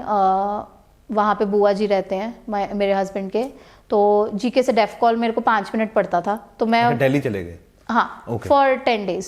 तो मैंने वहाँ पे सारा बेकिंग वगैरह का सीखा, सब कुछ किया। उसके बाद मैंने घर आके बहुत खराब केक भी बनाए बिकॉज हमें एक चीज़, मेरे को तब शौक था, बट मुझे ये चीज़ें नहीं पता थी जो मैंने सीखी कि जो हमारा इंडिया हम देखते हैं जो कितने अच्छे केक बना रहे हैं फॉरेन कंट्री में ये वो, बट जो इंडिया का टेम्परेचर है ना वो चीज़ नहीं करता उसको, हाँ सूट नहीं करता। तो जब मैं लुधियाना आई, कभी क्रीम मेल्ट हो जाने, कभी कुछ बार बार फ्रीजर में रखो, ये करो, और सर्दियों में कोई प्रॉब्लम नहीं होती थी। तो मैंने चॉकलेट सीखी, केक सीखी, बहुत सिर खपाई की अपनी 2 महीने। उसके बाद चलो मैंने एक ब्रांड बनाया, केक पैराडिस मीन्स हेवन। तो it was not paradise, okay paradise, it was a French word. तो पैराडिस मीन्स हेवन। तो मुझे था कि मैं जन्नत जैसे केक बनाऊंगी तो चलो मैंने लेबल वगैरह लगाकर उसको केक का काम करना शुरू कर दिया। तो पहले फ्रेंड्स में खिलाया, बहुत सारे फ्री में खिलाए, अपनी पब्लिसिटी की फ्री में। उसके बाद आई स्टार्टेड गेटिंग ऑर्डर्स, तो मैंने ऑर्डर्स वगैरह भी लेने स्टार्ट कर दी, तो केक का काम वाज गोइंग गुड। तो उसके बाद क्या हुआ, एक शो आया हमारे जहाँ से इट ऑल स्टार्टेड। तो खुशबू केक बन रहे थे है ना, सबको खिलाए भी जा रहे थे और कमाई भी अच्छी हो रही थी है ना, तो फिर आप बता रहे थे कुछ शो आया, और वो शो का पता कैसे लगा? शो एक्चुअली मुझे कॉल आया था। ओके। सिमरत मैम है लुधियाना में, must have know about diet experts है ना। तो पोस्ट प्रेगनेंसी वेट जब मैंने कम करना था, आई वेंट टू हर, ठीक है, आई लॉस्ट 10 kgs। तो उनके साथ मेरे रिलेशन भी बहुत अच्छे बन गए। तो शी कॉल्ड मी वंस और ट्वाइस फॉर दी शोज, मतलब वो उन्होंने अपने ना कुछ जिन्होंने उनसे प्लान्स लिए थे उनका एक शो कराया था। 1-2 शोज पे मेरे को बुलाया, मैं नहीं गई, मेरे पास टाइम भी नहीं होता था, केक बनाती थी, घर के झमेले एंड एवरीथिंग। तो मैंने मना कर दिया कि हाँ अगर टाइम हुआ तो मैं आऊँगी। इनवाइट भी एक बार किया, मैं नहीं गई। फिर एक बार दोबारा मुझे कॉल आया, that was a 3rd time. I think जो कहते हैं ना, जो होना होता है वो लिखा होता है, वो तभी होता है। एंड मतलब if it's meant to be it will come in your way. तो 1-2 बार मेरे को शायद चांसेस मिले, पहले होते तो मैं कर लेती। तो लेकिन वो बार बार इसीलिए आ रहा था क्योंकि वो आपके पास होना था। हाँ जी। तो उसमें क्या हुआ कि हमने वहाँ पे, उन्होंने कहा कि एक वॉक फॉर चेंज मैंने करानी है। तो मैंने सारा कंसेप्ट समझा, मैंने कहा कितना टाइम लगेगा, कितने दिन लगेंगे। तब तो मुझे ऐसा लगता था मैं केक से घर से फ्री नहीं हो पाती। My daughter was 3 years। तो वो कहते कुछ नहीं है, एक दिन तुम्हें हम बताएंगे, कोरियोग्राफी करेंगे अपने आउटफिट्स की, तुमने एक दिन जाना है, बस जिस दिन होगा शो उस दिन सुबह प्रैक्टिस करना, 2 दिन का काम है। मैंने कहा चलो, विद ड्यू रिस्पेक्ट, मैं उनकी रिस्पेक्ट बहुत करती हूँ कि इन्होंने बोला तो मैं करूँगी। तो मैं गई, I met so many people. मैं घर पे एक शेल में बंद हो गई थी, मतलब जहाँ पे मैं चंडीगढ़ रहती थी, लुधियाना में इतने पार्टिसिपेट करना हर जगह। एंड वो फेज जो 2-3 साल का था ना, मेरे को ऐसे लगा कि जब मैं मिली लोगों को कि यार यहाँ पे लोग लुधियाना में भी कितने एक्टिव हैं, और मैं क्या थी और क्या बन गई हूँ। मैं घर से बाहर नहीं जाती, मैं अपने ही एक कंफर्ट जोन में बैठ के रह गई हूँ कि ये थी मैं और मैं क्या हूँ अब। तो मुझे एक तो वो चीज़ ट्रिगर की वहाँ पे, क्योंकि जितनी मैं लेडीज़ को मिली, कोई पैजेंट शो करके आया है, कोई बहुत बड़ा एंटरप्रेन्योर है, किसी ने अपना बुटीक खोला हुआ है, समवन इज मेकअप आर्टिस्ट। तो मैंने कहा वाह, they are doing so good in their field. और वहाँ पे जब मीडिया आई, मीडिया ने मेरी भी फोटोज खींची, उनकी भी खींच रहे हैं, एंड कोई कह रहा है वो ये है, वो पैजेंट शो विनर है, वो शो स्टॉपर है, वो ऐसे है। तब मुझे लगा वाओ गुड, मतलब शी हैज़ अचीव्ड, मतलब मेरे को ऐसा नहीं हुआ ये क्यों कर रही है, आई वॉज लाइक वाओ। और मैंने सबको बोला कि हाँ आप बहुत अच्छा कर रहे हो, आप बहुत अच्छा कर रहे हो। I like if you, I feel कि अगर आप किसी को अप्रिशिएट करो बिल्कुल ना, बिल्कुल, तो एक ट्रस्ट भी बिल्ट होता है, एंड उनको आपकी ना एक जो कनेक्टिविटी होती है, बंदे को ये होता है कि हाँ ठीक है, इससे नेगेटिव वाइब्स नहीं आ रही हैं और ये हमारा बुरा नहीं करेगा एटलीस्ट। तो मुझे ये लगा कि अगर मैं किसी को बोल भी दूंगी मेरा क्या जाएगा, at least they will feel good, है ना। तो मैं सबके 3-4 लोगों के पास गई, तो मैंने बोला आप बहुत अच्छा कर रहे हो। एक कोरियोग्राफर थी, now she is a very good friend of mine, तो उन्होंने सारी हमें कोरियोग्राफी कराई। एक शो स्टॉपर थी, उसने कुछ रिसेंट कोई दिल्ली में पैजेंट शो जीता था या टॉप फाइनलिस्ट थी और व्हाट्सोएवर। तो मैंने कहा कि मेरे को ये लगा जो आज ये कर रही है मैं भी ये करती थी, एंड मैं भी कर सकती हूँ, but why I am not doing. मैं तो बल्कि बालाजी के लिए हाँ एग्जैक्टली, कि मैं ऐसी चीजें छोड़ के आई हूँ, and why I am not doing. अगर ये चीजें लुधियाना में हो रही है मुझे क्यों नहीं पता, मैं अपडेटेड क्यों नहीं हूँ। तो मुझे ऐसे लगा उस टाइम पे जब हम ट्रायल्स कर रहे थे, मैं लोगों को मिल रही थी, एंड जब मैंने शो में वॉक की, वहां पे सारी कहते हैं ना हम एलीट क्राउड लुधियाना का हायत में, एंड सारे एंटरप्रेन्योर, सारी लेडीज जो वर्किंग है, ठीक है, वो बैठी हैं राइट लेफ्ट, एंड मेरे से ओपनिंग होनी थी, तो मैंने वॉक करके गई, एंड जब मैं गई आई तो सब मुझे वहां पे 5-10 लोग ऐसे बोलने लगे कि तू वॉक बहुत अच्छी करती है, you should try in a show. मैंने कहा नहीं अब मेरे पास टाइम कहाँ है, कौन जाएगा। और मुझे था मेरी बनिया फैमिली इज वेरी ऑर्थोडॉक्स, पहले से ही था इनको जॉब नहीं करनी, शो तो ये बर्दाश्त ही नहीं करेंगे या तो मैं नहीं करी गई। तो इट वाज मतलब जैसे कहते हैं ना कि कुछ चीज आती है, देर आए दुरुस्त आए, तो वो शो जैसे विद इन अ वीक मेरी लाइफ बदली है। एक ही हफ्ते में मैंने वो शो किया, पीपल अप्रिशिएटेड मी, और वो कुछ भी नहीं था, मतलब मैंने तो उनके एक कहते गुडविल पे कर दिया कि हाँ प्लीज आ जाओ। मैंने तो लोगों को जिन्होंने वेट लॉस किया उन सबका करा रहे थे वो। उसमें हर तरह की कॉमन लेडी थी घर की, और एक आधा उन्होंने शो स्टॉपर रखा हुआ था जो पैजेंट विनर थी, कोरियोग्राफर वेल नोन थी लुधियाना की। तो मुझे अच्छा लगा उन लोगों को मिलके कि इसी बहाने मैं ऐसे 4 नए लोगों को मिली। तो होती है ना कम से कम। हाँ, आउटिंग तो मैं वैसे भी बड़ी करती रहती हूँ, लेकिन नए लोगों से मिलना, सोशलाइजेशन करना, वो अच्छा लगा मुझे उस दिन। एंड मुझे ये लगा कि ठीक है, इतना कुछ लुधियाना की लेडीज कर रही हैं which should be appreciated. And मेरे को ये लगा कि चलो मेरा आना बेनिफिटेड रहा कि मैंने ये चीजें सीखी, आज कुछ सीख के ही जा रही हूँ।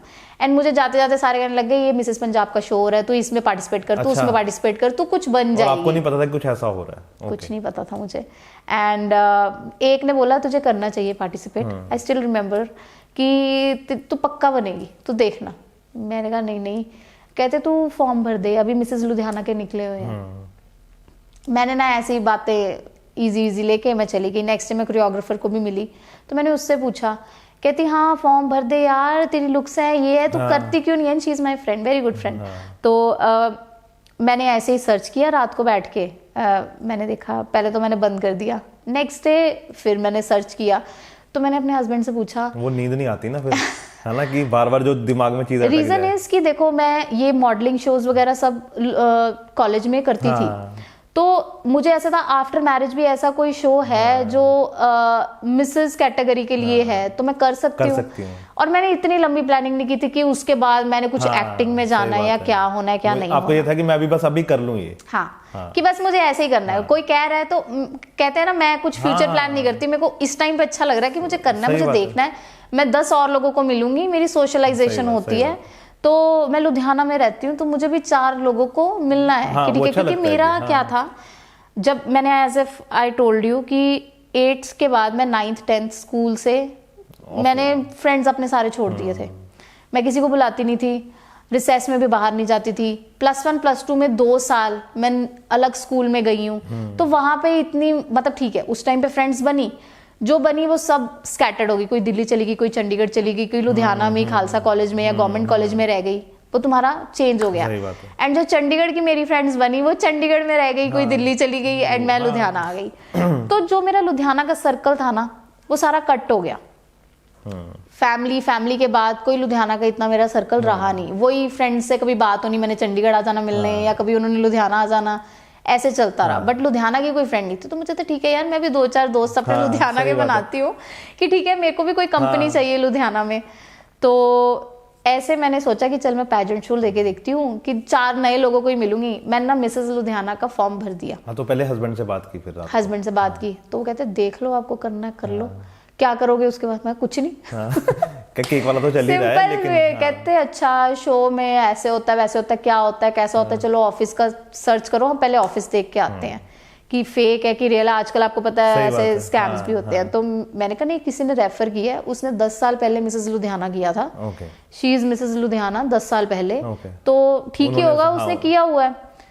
कहते चलो ऑफिस देखते हैं। ऑफिस देखा, उनसे पूछा, कहते मैम आपने मिसेस लुधियाना भर दिया, मिसेस लुधियाना तो हो गया। मैं कहा कब हुआ? कहते पिछले हफ्ते।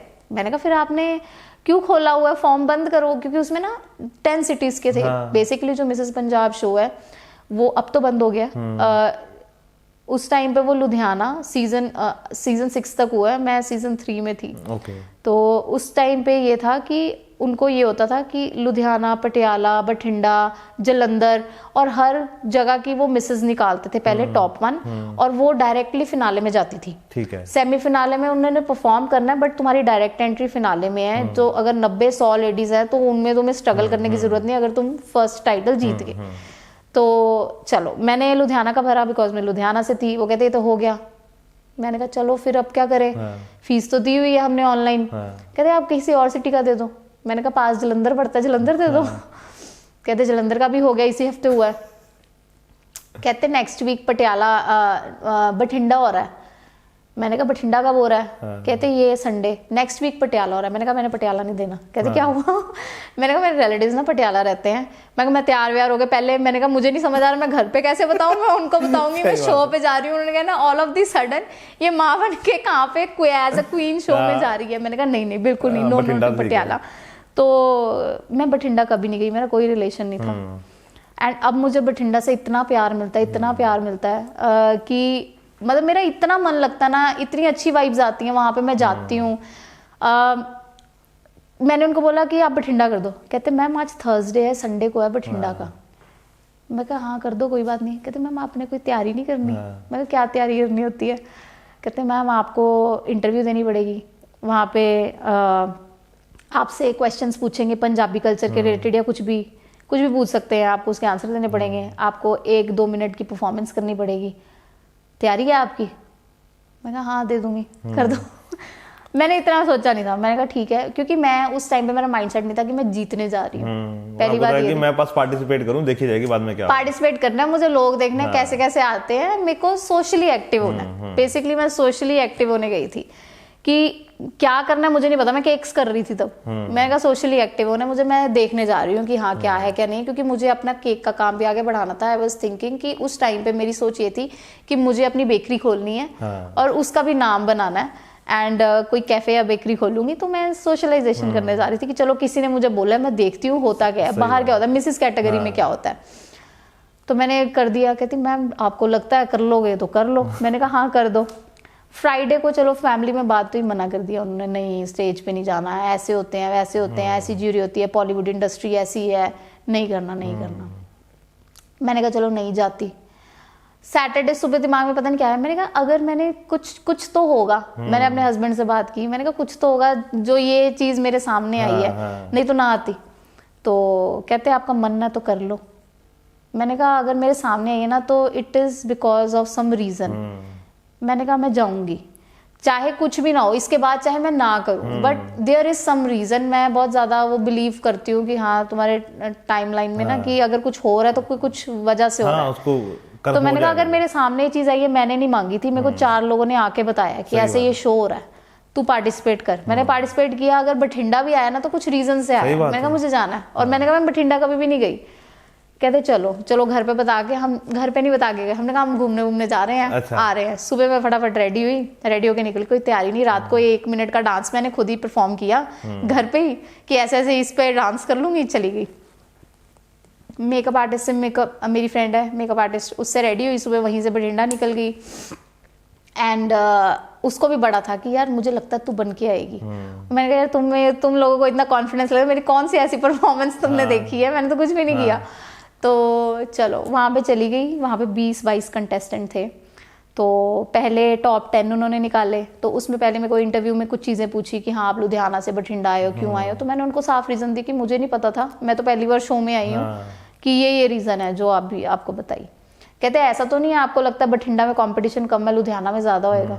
और जो उस टाइम पे मिसेस लुधियाना भी मैंने देखी थी, जो इनका पुराना सारा मैं स्टडी करके गई थी कि क्या होता है इस शो में, कैसे क्वेश्चन पूछते हैं, क्या है। मैंने कहा नहीं मुझे नहीं लगता, कि मुझे लगता है हर बंदे का कंपटीशन अपने साथ ही होता है। कुछ उन्होंने पॉलिटिक्स के रिगार्डिंग 1-2 क्वेश्चंस पूछे, तो वो भी मैंने चलो जो भी देना था आंसर दे दिया। उसके बाद उन्होंने टॉप 10 में मुझे चूज कर लिया। टॉप 10 के बाद दोबारा से एक क्वेश्चन राउंड हुआ 3 लोगों में। वो 3 लोगों में जिसने अच्छे देने थे तो उसको विनर करना था, तो उसमें बाई चांस मैं मिसेस बठिंडा बन गई। तो I was the winner of that show and वहाँ से मेरी डायरेक्ट एंट्री फिनाले में हो गई। हाँ जी।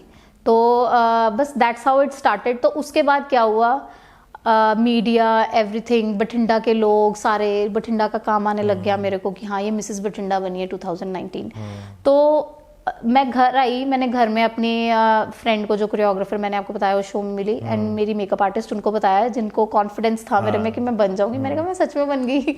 मैंने सोचा भी नहीं था कि आज मैं क्राउन लेके आ रही हूँ। अब चक्कर ये था घर पे क्राउन लेके जा रही हूँ, बताना कैसे कि भाई ये सुबह तो झूठ बोल के निकले थे।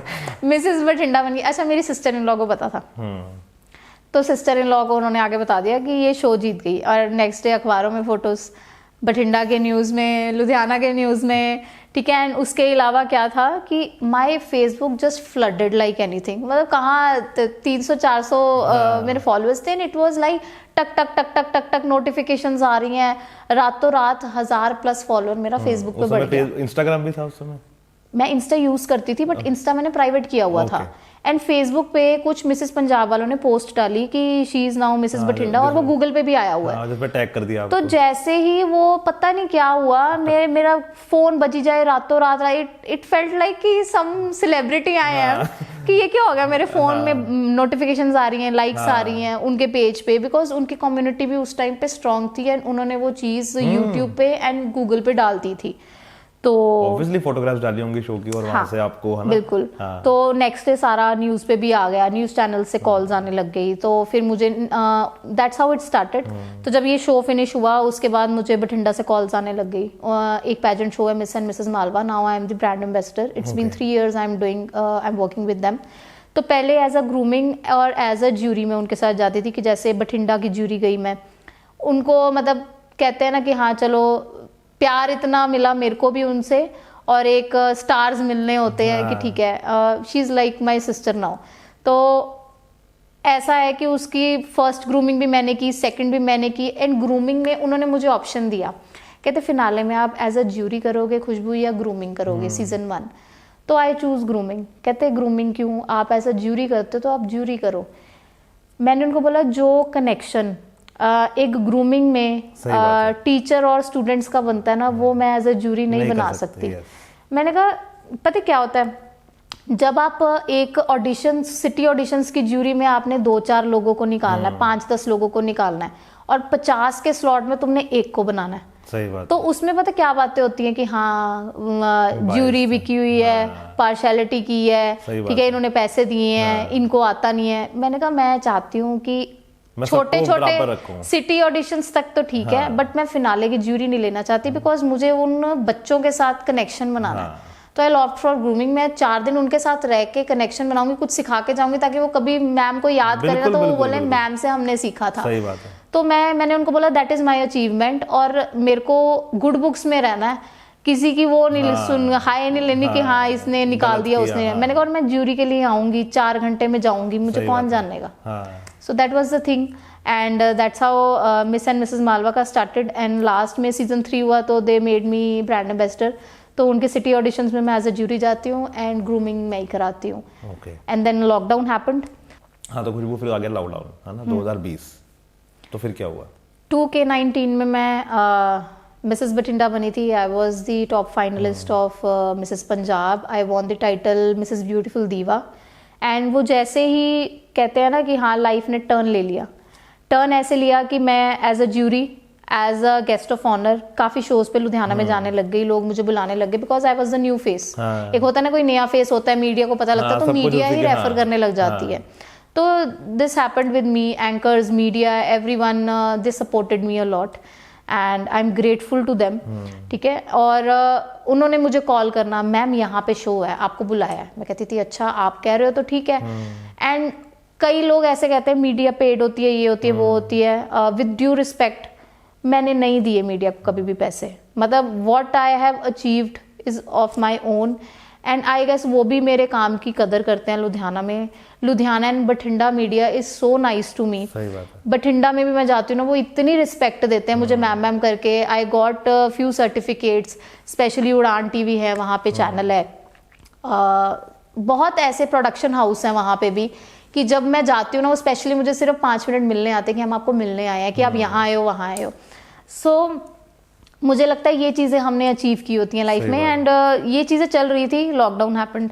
तो लॉकडाउन में क्या हुआ कि ऐसा नहीं मेरा काम बिल्कुल बंद हो गया, बट आउटगोइंग बंद हो गई कि हाँ जैसे बैठ के कहीं जाना। मैं लॉकडाउन में भी घर पे जब फ्री होती थी ना, मैं टिकटॉक बनाना शुरू कर दिया कि भैया मैं वेली नहीं बैठ सकती। एंड मीनवाइल मैं ऑनलाइन जजमेंट्स बहुत चल रही थी, इफ यू नो, कि उस समय सब कुछ ऑनलाइन हो रहा था। लोगों ने ये काम बना लिया था जी, ऑनलाइन अपनी ऑडियो भेजो, ऑनलाइन अपना ये वीडियो भेजो, हम सिलेक्शन करेंगे और ऑनलाइन ही जजमेंट हो जाएगी। तो मेरे को ऑनलाइन जजमेंट्स आने लग गई, तो मैं वो भी कर रही थी साइड बाय साइड। बट मुझे तब ना ये टिकटॉक करने लग गई, मुझे तब ये हो गया कि यार मैं बहुत वेली हूँ। चलो मैं घर पे वीडियोस बनाने लग गई, रील्स बनानी शुरू कर दी मैंने। और रील्स भी बनाई IGTVs पे, तब रील्स इतनी फेमस नहीं हुई थी। मैं IGTVs पे फैशन हैक्स करती रहती थी। कभी साड़ी को किस तरह डालना है, कभी एक कपड़े को कैसे 4 तरह से डालना है। मैंने 7-8 वीडियोस बनाई।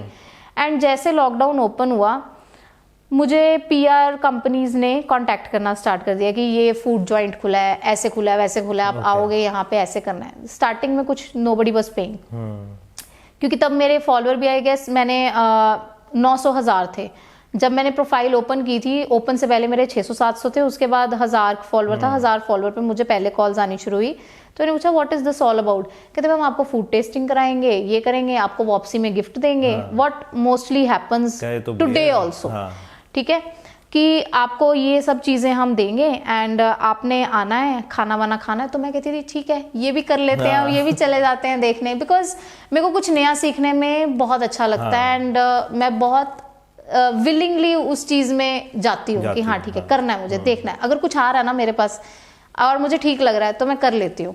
तो मैंने कहा ठीक है, क्या बुरा है। केक वाला बंद कर दिया था फिर? केक वाला जब मैं ये पैजेंट शोज में पढ़ी, पैजेंट शो तक भी मैं कर रही थी, बट जब ये इन्फ्लुएंसिंग में पड़ी उसके बाद मुझे टाइम ही नहीं मिला करने का। बिकॉज आपका एक केक, जो ड्राई केक्स हैं डेफिनेटली 1-2 घंटे लगते हैं, और जो तुम्हारी क्रीम केक्स हैं 4 से 5 घंटे लगते हैं बनने में। एंड मैं 12 से 7-8 बजे तक तो काम कर रही होती हूँ, तो मेरे पास उस टाइम फ्रेम बचता नहीं था। हाँ बिल्कुल, टाइम ही नहीं बचता कि मैं केक भी बना पाऊँ। बिल्कुल।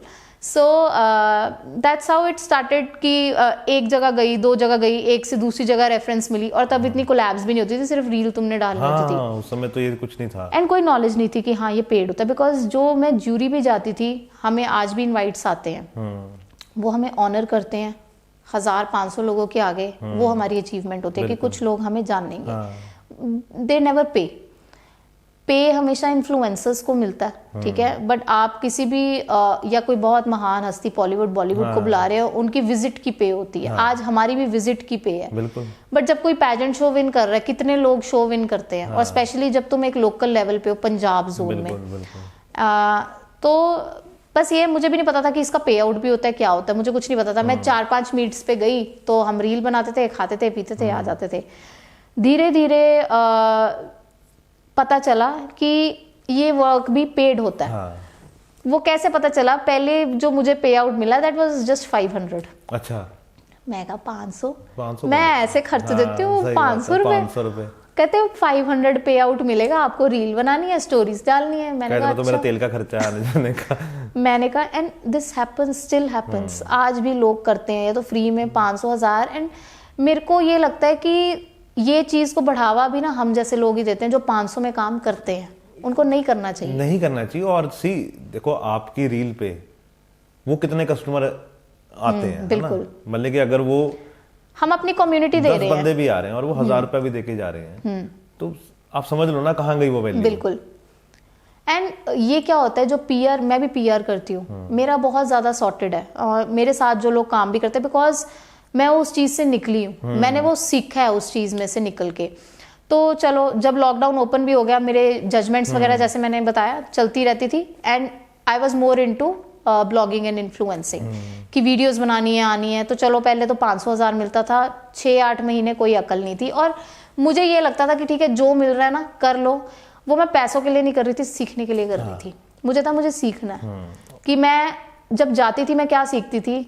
10 तरह के फूड ब्लॉगर बैठे हैं, सब अलग अलग जगह से है, कोई बहुत अच्छे घर से है, कोई सौ से है, कोई मजबूरी में काम कर रहा है, कोई अपने शौक के लिए काम कर रहा है, ठीक है। और पीआरस भी जो कर रहे हैं वो कैसे कर रहे हैं, मैं सिर्फ सीखने के लिए जाती थी कि क्या हो रहा है।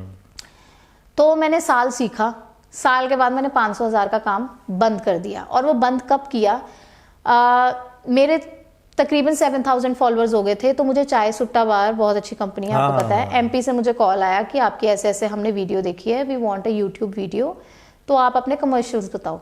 अब भाई मैं कमर्शियल्स क्या बताऊं, मैं तो 500,000 ले रही हूँ।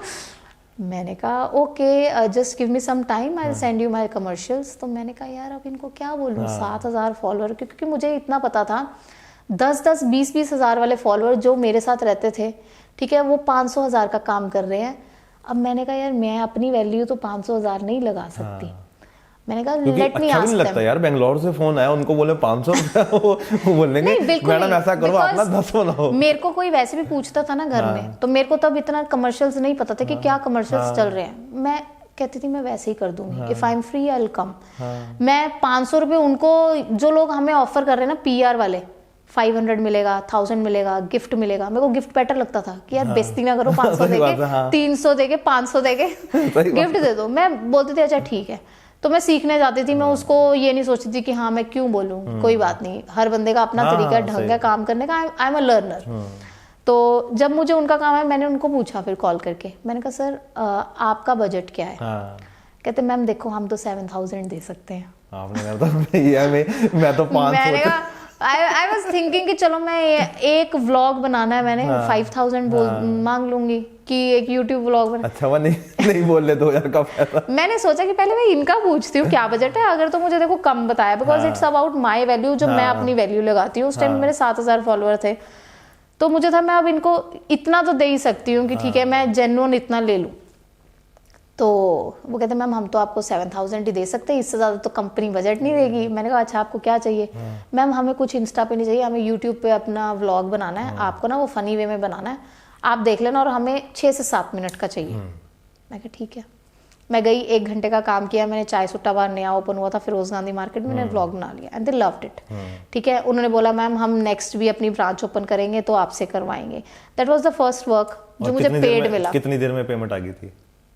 बहुत जल्दी आ गई थी, मतलब लाइक आई गेस 1-2 दिन में ही आ गई थी। उन्होंने करा दी थी, जैसे ही मैंने बनाया उनको मैंने कुछ क्लिप्स भेज दिए थे, उन्होंने करवा दी थी, लेट नहीं आई। तो एकदम बैठे मतलब वो कहते हैं ना कि हाँ जब भी मेरे वे पे कोई चीज आई है, एक मैं नहीं कहूंगी कि it was a blessing for me, चाहे वो पेजेंट शो था, चाहे वो कॉलेज टाइम भी था, चाहे वो मैं कहती हूँ कि कलर्स का शो था। मेरे को ये था कि हाँ चलो मेरी वर्थ ऐसी है कि हाँ उन्होंने चूज किया, चाहे मैंने नहीं किया। एंड चाहे वो मैं कहती हूँ कि अगर इन्फ्लुएंसिंग में भी आया, मुझे पहला काम आया, उन्होंने मेरी वर्थ जो लगाई उससे मुझे मेरी वर्थ पता चली कि इससे कम काम नहीं करना। And that was the day मैंने 5,000 से कम काम ही नहीं किया। वो अच्छी चीज है ना, वो करना भी नहीं चाहिए। उसके बाद आई स्टार्टेड गेटिंग कॉल्स, यहाँ पे 500 है, 300 है। मैं कहती थी मैं फ्री नहीं हूँ, मैं नहीं आ रही, क्योंकि माई फोकस। और मिड टाइम उसके बाद मुझे शूट्स आने लग गए। मैं मेकअप आर्टिस्ट के शूट कर रही हूँ, मैं ड्रेस डिजाइनर्स के शूट कर रही हूँ। मेरे को पीआर, सबसे पहली पीआर कॉस्मिक एग्जीबिशन की आई थी। मैं उनका भी मैंने 500 में, यही वो जो बेल्ट थी ना, 500-700 रुपए में मुझसे उन्होंने 9 दिन की प्रमोशंस कराई थी। हम इन्फ्लुएंसर्स लेते हैं तो मैं कर देती थी, फ्री की प्रमोशन भी कराई हुई है उसमें कि आप आओगे आपको गिफ्ट मिलेगा, पेड नहीं है। मैं कहती थी मुझे क्या बेनिफिट है, चलो कर लो, एटलीस्ट मेरा कॉस्मिक एग्जीबिशन के साथ एक रिलेशन बिल्ट हो रहा है, कोई मुझे जान रहा है कि खुशबू जिंदल कौन है। सही बात है। एक मेरी टैगिंग ही जा रही है, मुझे 4 लोग जान रहे हैं, तो मैं उस पॉजिटिविटी में कर लेती थी। तो one day sir called me, कहते मैम आप इन्फ्लुएंसिंग करते हो? मैंने कहा हाँ जी, और 2 बार मैं प्रमोशंस उनकी कर चुकी थी। तो कहते मैम आपसे काम था, PR करोगे मेरी?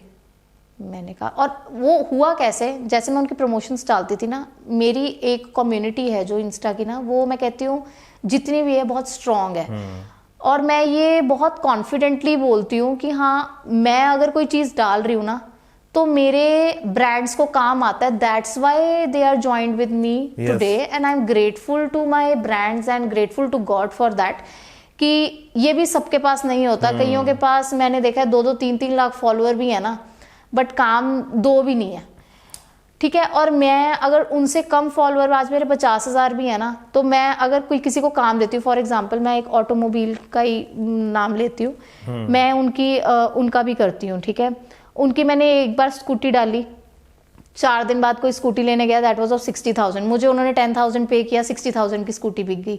और अभी दिवाली से भी पहले 2 लोग गए, उन्होंने मेरे नाम पे डिस्काउंट लिया है, तो उनके माइंड में क्या आएगा?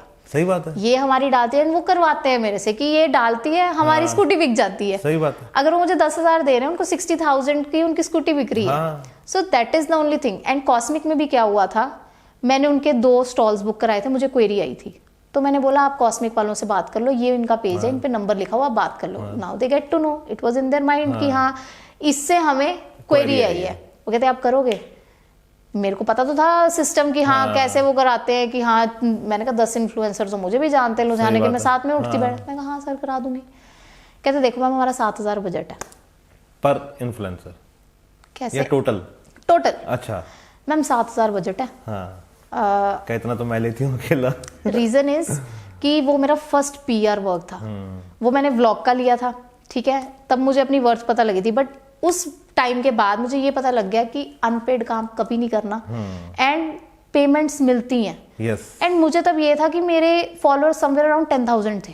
तो मैम को कहते, वो कहते मैम जिसको हम अभी कर रहे हैं ना, देखो हम उनसे थोड़े परेशान हैं, हम बहुत बदल के देख चुके हैं कि हमें ये है कि चलो पहला काम आपके साथ है, आपको एक चांस देते हैं। ये हम पिछली बार भी दे रहे थे, और जिसको वो 7,000 दे रहे थे वो किसी को पैसे नहीं देती थी। ऑब्वियसली अब 7,000 में बंदा सोचेगा मैं अपने पास रखूंगी कि लोगों में बांटूंगी 10 इन्फ्लुएंसर्स में। मैंने कहा ठीक है सर हो जाएगा। मेरे को शुरू से कभी मैंने पैसों के लिए काम नहीं किया, मैंने एक कहते हैं ना नाम कमाने के लिए काम किया है, अपना काम दिखाने के लिए काम किया है। आज मुझे कोई पैसों का लालच दे, मेरे जो अपने ब्रांड्स हैं, मैं पैसों के पीछे अपने ब्रांड्स भी नहीं छोड़ती, चाहे वो मुझे उससे कम दे रहे हैं, बट मुझे पता है मेरी उनके साथ कंसिस्टेंसी है, उनकी मेरे साथ कंसिस्टेंसी है। टाइम से वो आपके साथ हैं, बिल्कुल है ना, वो एक जरूरी है उस चीज। बिल्कुल। तो मैंने उस टाइम ये नहीं सोचा यार मेरे को क्या बचेगा। मैंने आधे पैसे इन्फ्लुएंसर्स में बांट दिए, 3500 मैंने रखे, I am telling on a camera, और 3500 मैंने ब्लॉगर्स में बांटे, और विद गिफ्ट्स कि भाई ये बजट है, ठीक है। वो ब्लॉगर्स को देखो जो फ्री में कर रहे हैं, उनको 500-700 मिल रहे हैं, उनको क्या बुरा है, वो कह रहे हैं यार हम तो फ्री में कर रहे हैं। और वही इन्फ्लुएंसर मैंने 500-700 रुपए में बुलाते ना फ्री में, वो आ भी जाते, लेकिन वो आपकी वो है कि आपने उनको वो मुझे ये था कि मेरे को वो एक स्टैंडर्ड सेट करना है भाई लुधियाना में, जो दिल्ली और चंडीगढ़ का है, कि फ्री के काम तुम कब तक कराओगे। हर बंदे की वैल्यू है, मेहनत लग रही है, बंदा आ रहा है, ट्रैवलिंग कर रहा है। चाहे मैं भी एज एन इन्फ्लुएंसर PR में आई हूँ, बट मेरा पहले दिन से ये था कमाओ, अच्छा कमाओ, बट दूसरे को भी कमा के दो, कि ये नहीं कि दूसरों की कमाई खाओ।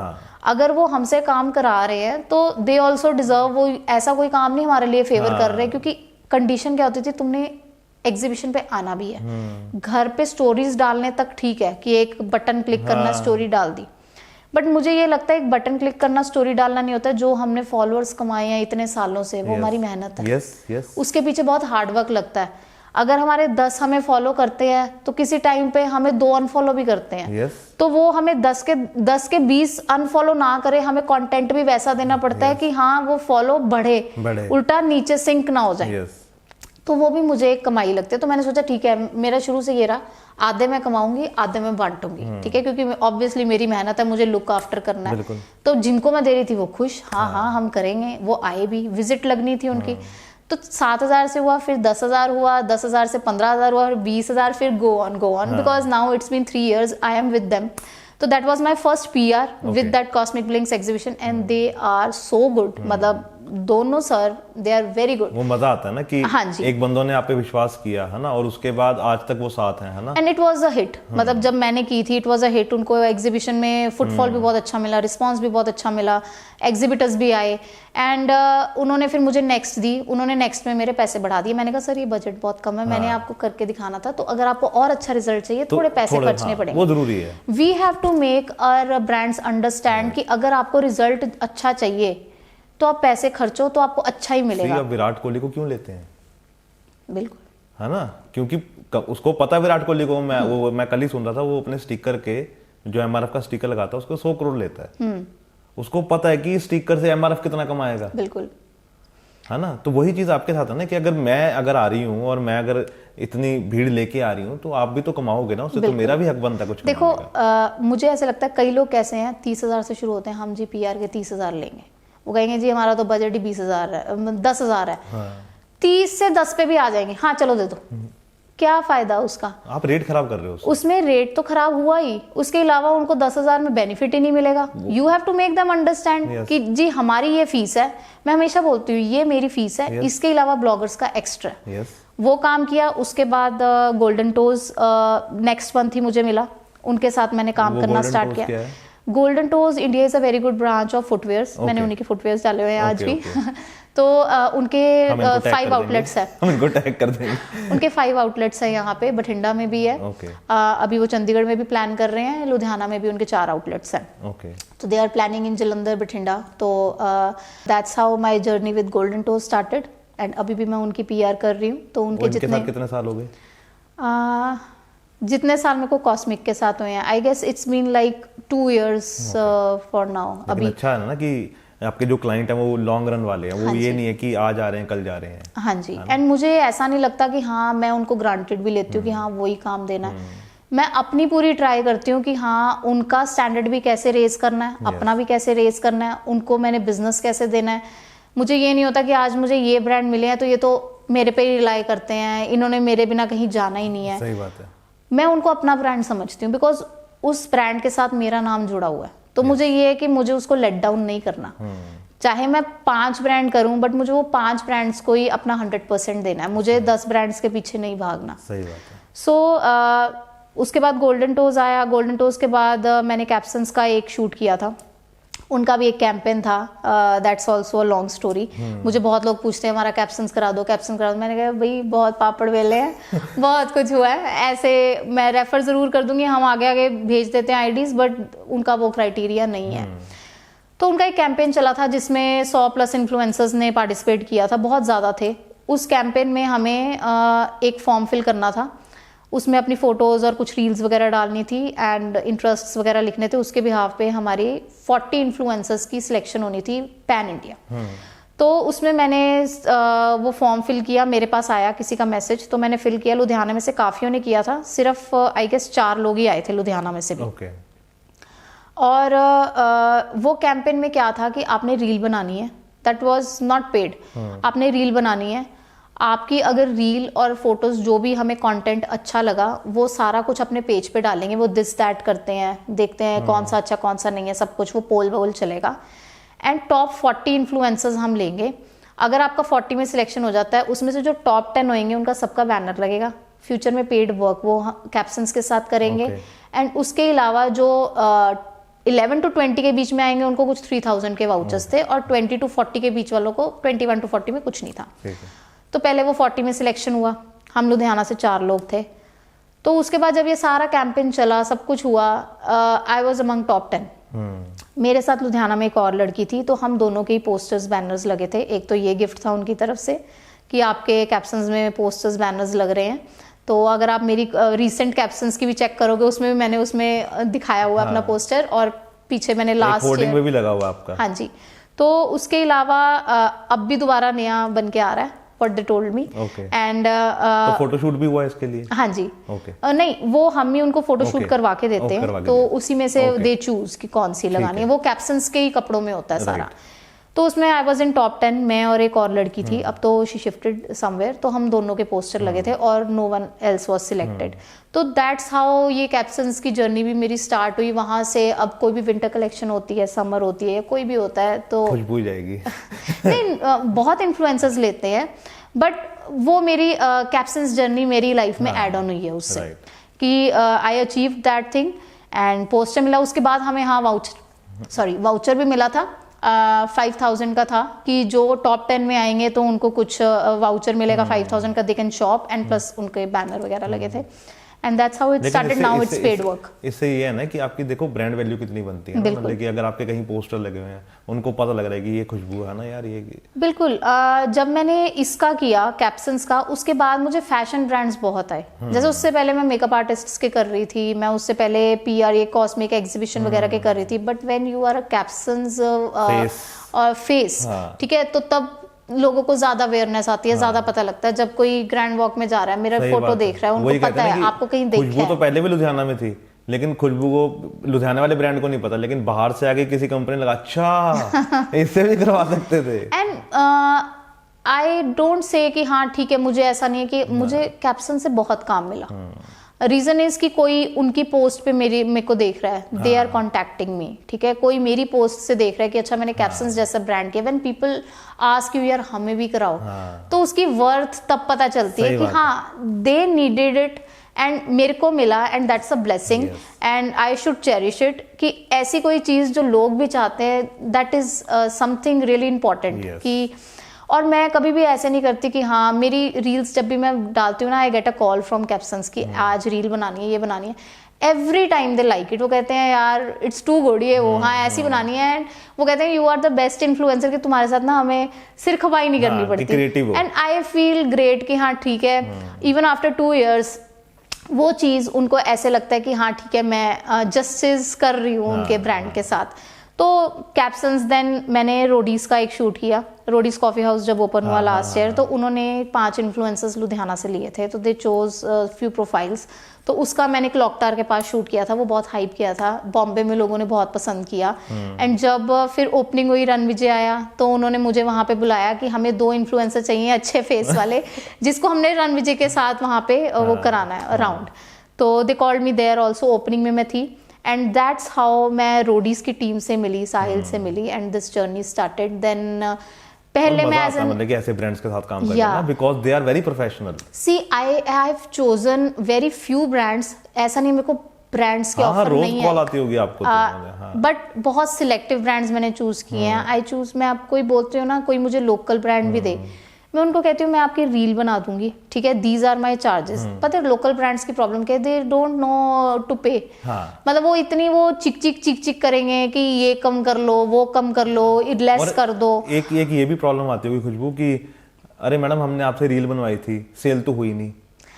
मेरे को कभी नहीं आई। अच्छा, मैं आपको नहीं आती है। हाँ। मैंने सुनी है ये प्रॉब्लम, जब मैं कहीं PR करने जाती हूँ, वो कहते हैं हमें तो कोई रिस्पांस ही नहीं मिला, बहुत ही बेकार था, हमारे तो पैसे ही खराब हो गए। लेकिन मैं that's why they are pitching me. लेकिन मैं सॉरी आपको टोक रहा हूँ, लेकिन मैं आपको एक चीज बताना चाहता हूँ कि जो प्रमोशन होती है वो सेल के लिए नहीं होती है, वो पब्लिसिटी के लिए होती है, कि आपकी एक लोगों का यहाँ पे माइंडसेट है कि हमें प्रमोशंस करानी है ताकि हमारी सेल हो। हाँ, लेकिन वो कोका कोला ऐड करता है, वो सेल के लिए नहीं करता है, वो इसलिए करता है कि उसका नाम याद रहे लोगों को। ये लोगों को समझाना बड़ा मुश्किल है। कई लोग हैं ना जो आज भी, जो मैं आपको बता रही हूँ, जिनके साथ मैं काम कई बार नहीं एज अ PR नहीं करती, क्योंकि मैं उनको समझाने में अपनी एनर्जी वेस्ट ही नहीं करना चाहती। I have so many good work to do.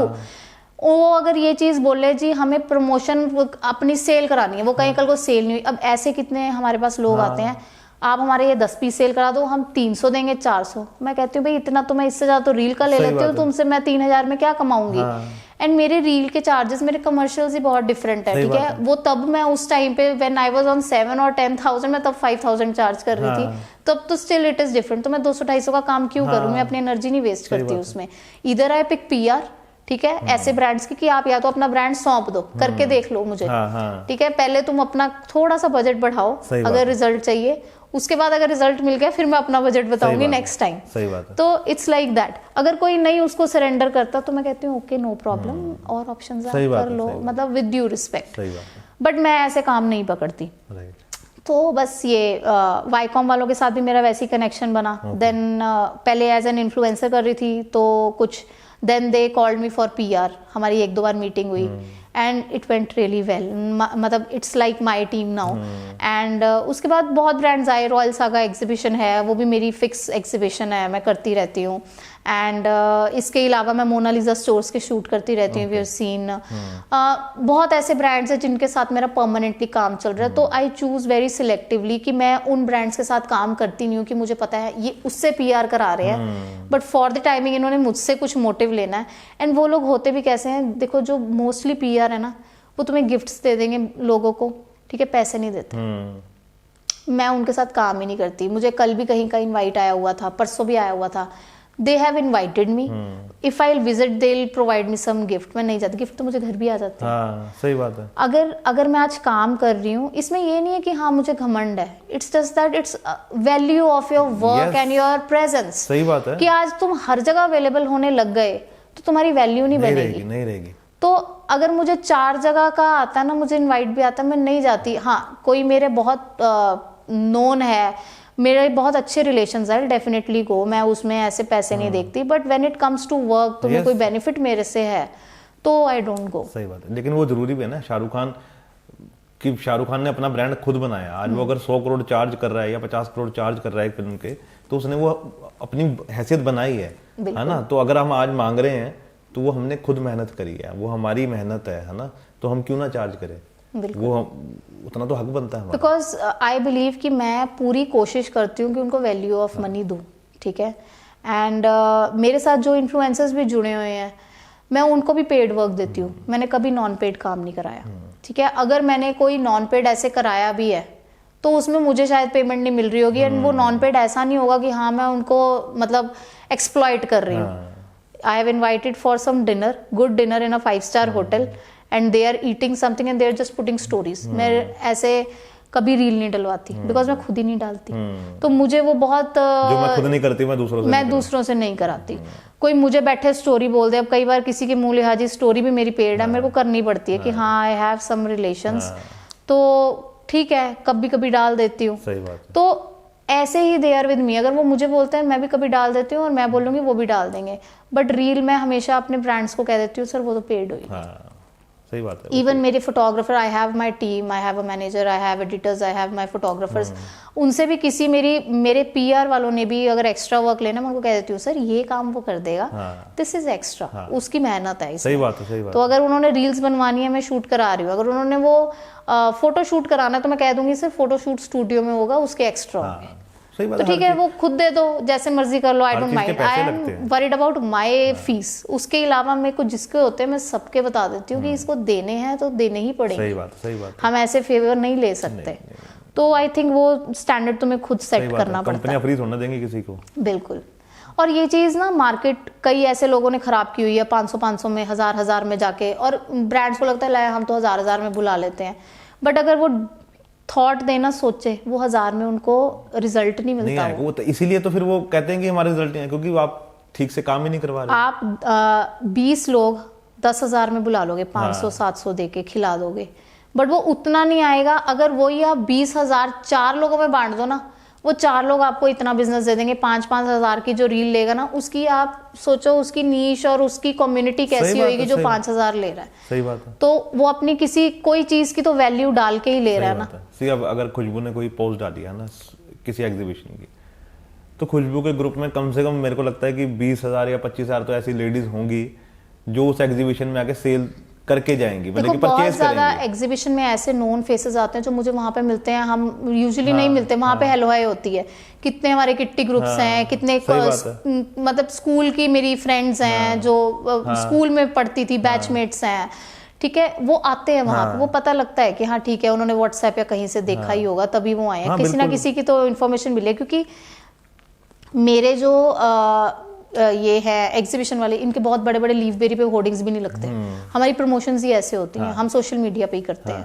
तो इट्स लाइक दैट कि हाँ ठीक है, और उनको भी देखो क्वेरीज आती हैं, that's why they get to know ना कि हाँ कहीं तो जा रहा है मैसेज। सही बात। जब क्वेरीज आती हैं आपको एग्जीबिटर्स की कि हमने भी स्टॉल लगाना है, दैट मीन्स कि आपको क्वेरीज आ रही है। अब किसी की क्वेरी ना जाए तुम 10,000 दे रहे हो, हाँ। कहाँ जा रहे हैं वो व्यूज, तुम्हें क्या सही पता। बात, सही बात एंड इसमें भी ना बहुत ज्यादा अब आप देखो, कोई एक रेडी की चीज डाल रहा है ना, हाँ। मेरे को पर्सनली लगता है जो डाल रहे हैं उनका काम है, नो ऑफेंस, मेरा देखो फैशन एंड लाइफस्टाइल इन्फ्लुएंसिंग है, मुझे ऐसे लगता है एज अ व्यूअर कि तुम अगर रेडी की चीज डाल रहे हो, तुम उसको चाहे उसको हाइप बहुत मिल जाएगी, ये बर्गर, ये हॉट डॉग ऐसा है, बट उसको कैसी कम्युनिटी फॉलो करेगी? हाँ, जो 50-100 रुपए अफोर्ड करता है, राइट, जिसको रोज का खाना 50-100 रुपए का खाना है, और तुम एक हाई एंड फर्नीचर शॉप पे चले जाओ उसको प्रमोट करने, तुम हाई एंड किसी भी सैलून में चले जाओ, लेट से कोई भी नाम ले लो, बड़ा से बड़ा कोई चेन वाला, अब तुम्हारी कम्युनिटी तो 100 रुपए वाली है, वो 1000 रुपए का हेयर कट कराएगी? बिल्कुल, कोई भी नहीं आएगा। तो नीश अपनी ऐसी चूज करो Yes. कि अब देखो तुम रेडी वालों को बुला रहे हो, रेडी वाले तुम 10 वीडियोस डाल लो, यूट्यूब तक ठीक है, but when it comes to business ना, वो बिजनेस तुम्हें चाहे मिल जाएगा, बट लॉन्ग टर्म में वो बिजनेस वालों को पता लग जाता है हमने यार इतने पैसे खर्चे, हमें काम ही नहीं आया। अगर ये मार्केटिंग ना समझनी पड़ती है। अगर आज आप रेडी की प्रमोशंस कर रहे हो तो आपको मैरियट कभी नहीं बुलाएगा, क्योंकि मैरियट को पता है कि आपकी ऑडियंस नहीं है वो। बिल्कुल, ये सबको नहीं पता, लोगों को ये दिखता है यार इसके 100 के हैं, इसके 200 के हैं, वो ये देखेंगे ही नहीं कि इसका प्रोफाइल क्या है। कंपनियां बहुत स्मार्ट हैं। जो कंपनीज, मैं कहती हूँ ना, अब जैसे मैं कंपनीज जिनके साथ काम कर रही हूँ वो स्मार्ट है, हाँ, बट कई ऐसी मैं कंपनीज देखती हूँ जो जैसे न्यू फूड जॉइंट्स है, अच्छे अच्छे नए रेस्टोरेंट है, वो उनके साथ भी काम करते हैं जो रेडी प्रमोट कर रहे हैं। मैं उसके पीछे रीजन बताता हूँ खुशबू, कि वो लोकल ब्रांड्स हैं। अगर आप नेशनल चेन्स की बात करोगी वो बहुत पर्टिकुलर है उस चीजों के लिए। बिल्कुल, तो मुझे ऐसे लगता है कि कई जो इन्फ्लुएंसर्स हैं, अगर वो ये शौक के लिए कर रहे हैं, विच इज फाइन। अगर वो ये सोचे कि इससे रेडी प्रमोट करके हमें काम मिलेगा, तो तुम ऑडियंस तो ले लोगे, बट वो ऑडियंस तुम्हें बिजनेस नहीं दिलवा पाएगी, नहीं देगी, क्योंकि वो ऑडियंस को तुम 500 की भी चीज दिखाओगे, कहेगा है 50 की जगह 500 दिखा रहा, बहुत महंगी है। बात हुई अगर रोल्स रॉयस कभी प्रमोशन नहीं करता, कभी ऐड नहीं देखी होगी उसकी यूट्यूब पे या किसी होर्डिंग पे, मतलब कि बहुत रेयर होगा कि रोल्स रॉयस ने कोई वो लगाई है, लेकिन बड़े लोगों को पता है रोल्स रॉयस क्या है। ट्रू, क्योंकि उसको वो भीड़ ही नहीं चाहिए, जरूरत ही नहीं है। तो बी आर रोल्स रॉयस, मतलब कि सॉरी किसी को ऑफेंड नहीं कर रहा हूँ कि किसी ब्रांड को, लेकिन वो ये चीज है। आई थिंक अपने स्टैंडर्ड्स तुम्हें खुद सेट करने पड़ते हैं, एंड तुम्हें खुद चूज करना पड़ता है कि तुम्हें क्या करना है। मैं वही कह रही हूँ, शौक के लिए करना है या कमाई के लिए करना है। कमाई के लिए कर रहे हो तो भी ठीक है, बट मुझे लगता है वो लॉन्ग टर्म नहीं रहता। अब अगर मैं कर रही हूँ, मुझे लंबा सोचना है। मैं ये नहीं सोचती मैं आज ब्रांड कर लूँ, मैं 50,000 मांग लूँ और वो 50,000 की उनको वर्थ ना दे पाऊँ, अगले महीने वो करेंगे ही नहीं। तो मुझे ये नहीं करना कि हाँ ठीक है एक शॉट में फिर बदलती रहूं, कम करूं बट अच्छे करूं। यस, तो फिटनेस भी चल रही है साथ साथ? हाँ जी, चलता रहता है, जिम वगैरह and all, on off. Last year तक मैं बहुत रेगुलर थी, बट इस ईयर इतनी रेगुलर नहीं हूँ, because of work also, and एक मैंने एक्चुअली थोड़ा जिम चेंज किया तो रूटीन भी सारी शिफ्ट हो गई, तो बस होपिंग कि किसी दिन रेगुलर हो जाऊंगी। बहुत रेगुलर थी मैं पहले, मतलब 7 डेज अ वीक। बिजी बहुत रहते हो? हाँ जी, बिजी की बात नहीं है, 7 डेज अ वीक रेगुलर थी, अब थोड़ा ऑन ऑफ रहती हूँ, 3 डेज और 4 डेज ऐसे करके। राइट, तो और क्या है अभी बकेट लिस्ट में? Nothing plan for future, let's see. मुझे बस ये है कि जो भी मैं करूँ मैं उसमें अपना बेस्ट देती हूँ और आगे बेस्ट करती रहूँ। क्या आ रहा है, क्या करूँगी, आई डोंट नो। सही बात है, बट जो भी आएगा एंड जो मैं कर रही हूँ, I cherish and I am grateful and thankful whatever I have, and let's see आगे क्या आता है। नहीं, कोई सीरियल वगैरह की तो नहीं आई? नहीं। ऑन दिस नोट, मैंने चंडीगढ़ करे आशिकी में रोल किया था। हाँ, आयुष्मान वाली? हाँ जी, 12 घंटे की शिफ्ट थी और that was a good experience. मेरे को रोल्स आते रहे हैं, ऐसा नहीं है कि मुझे नहीं मिलते। मुझे Punjabi songs after this pageant show बहुत आए हैं विद इन 1 ईयर, बट वो स्ट्रीम मैंने बहुत पीछे कर दी है। मैं एक्टिंग ऑडिशंस वाले सारे ग्रुप्स में मैं ऐड हूँ, मेरे को आती रहती हैं कि ये ऐड है। चंडीगढ़ में ही बहुत, मोहाली में बहुत होती हैं, आपको तो पता होगा। तो उसमें कोई भी ऐड होती है, एड्स के लिए कॉल्स आते रहते हैं। मैंने उसमें इसलिए की थी कि पेमेंट भी अच्छी थी, उसमें इसलिए की थी क्योंकि उसमें भी सिलेक्शन हुआ था, प्रोफाइल्स गई थी, सिलेक्ट हुई, मुझे था आयुष्मान और वानी के साथ करना है। That is something big and that is not Bollywood, that is Bollywood. I think हाँ जी, यशराज थी, हाँ, टी सीरीज। ओके। तो उसमें क्या था कि एक तो उनके साथ बैठना उठना और उनकी शूटिंग देखना, लोग बॉम्बे जाके स्पेशली पैसे खर्चते हैं फिल्म सिटी जाके कि हमें शूटिंग देखनी है, एंड हमें बैठे हुए मिल रही है।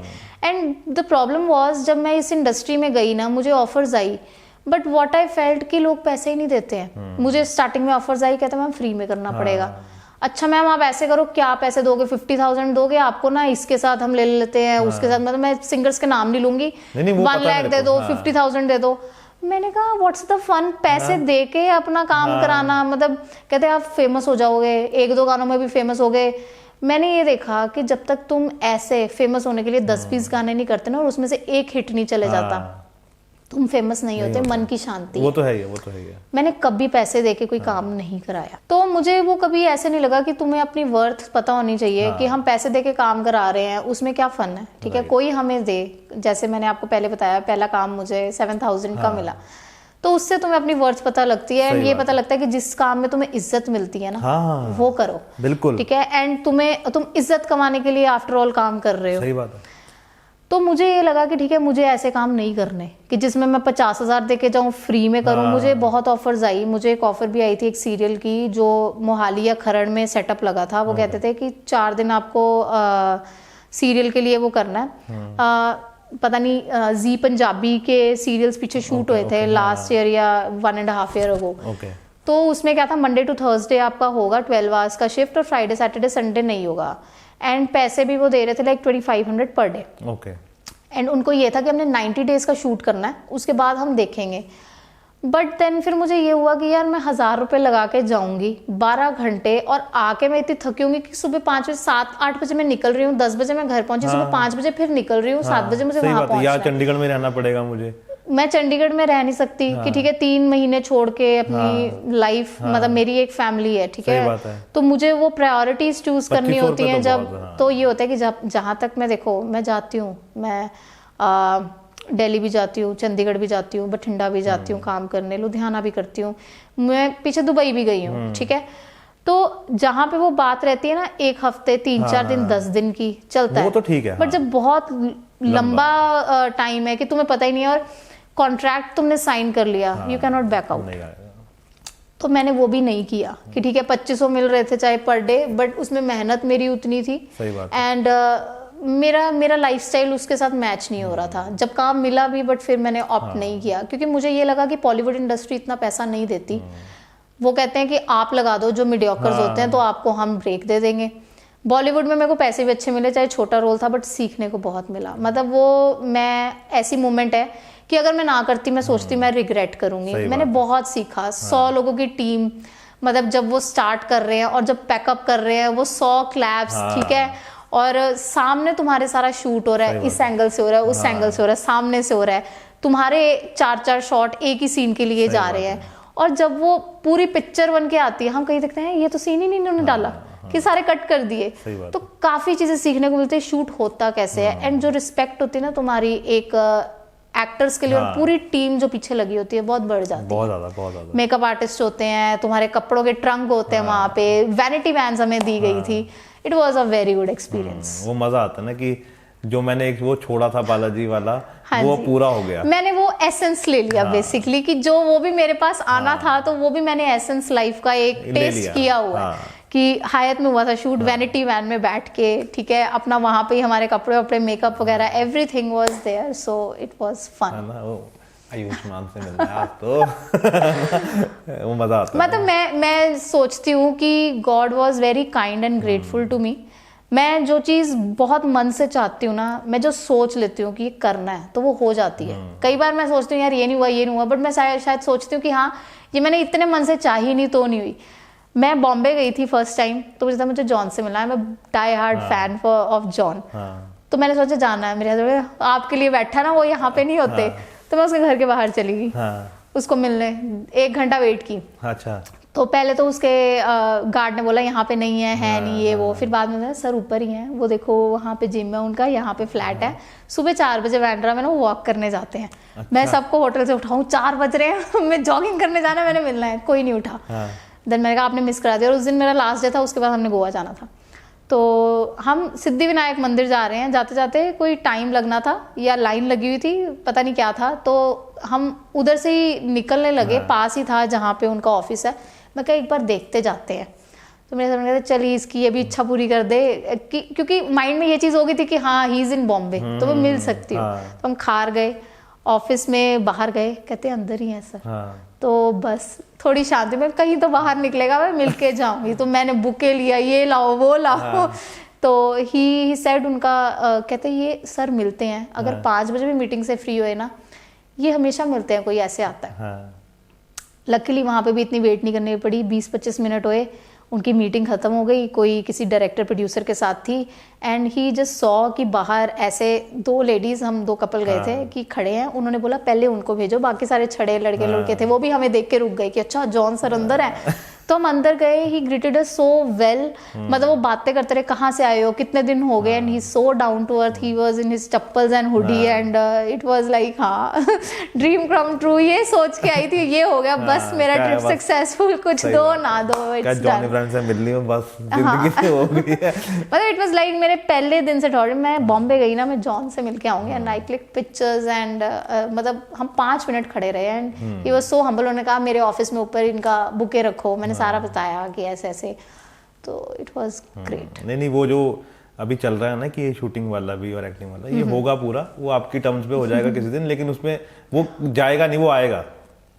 इट्स लाइक अब थोड़ा कहते हैं ना, अगर मैंने प्रायोरिटाइज करना है तो मैं ये सोचती हूँ कि हाँ कोई अच्छा मिला, जैसे मैंने आयुष्मान वाली मूवी का बताया, आई नेवर मिस्ड इट, चाहे वो 1 दिन का था, मुझे था it will be a good and great experience. अच्छा काम करो बस, या वो नहीं करना कि कुछ भी आ जाए वो करो, है ना। सो खुशबू, आई विश कि जो भी आपके सपने हैं वो सब पूरे हो ना, और आज बड़ा मजा आया मुझे बात करके, आई होप कि आपको भी आया हो, है ना। आई नो कि टाइम थोड़ा ज्यादा लग गया ना, जितना खुशबू ने कहा था उससे ज्यादा लग गया। कैसा लगा आपको? बहुत अच्छा लगा, मजा आया फ्रैंकली बहुत अच्छा लगा। मैं पहले भी 1-2 बार हमने ट्राई किया यहाँ पे आने की, मैं नहीं आ पाती बिकॉज चंडीगढ़ से मैं आती हूँ, लेट होके निकल जाती हूँ, एंड आई थिंक जो मेरी आज की भी कमिटमेंट्स है मैं पूरी नहीं कर पाऊंगी, but then it was fun. पक्का? यस रियल ना? हाँ जी थैंक यू सो मच, और आई विश कि आपकी भी जो भी बकेट लिस्ट में सब पूरा हो, और आप ऐसे ही ग्रो करते रहो, है ना, और ऐसे ही फिर हम एक दिन बैठे दोबारा उस जर्नी को बात करें जो यहाँ से आगे कंटिन्यू हुई। बिल्कुल। Thank you so much Khushboo, thank you so much for calling me. आपका बहुत बहुत शुक्रिया। Thank you.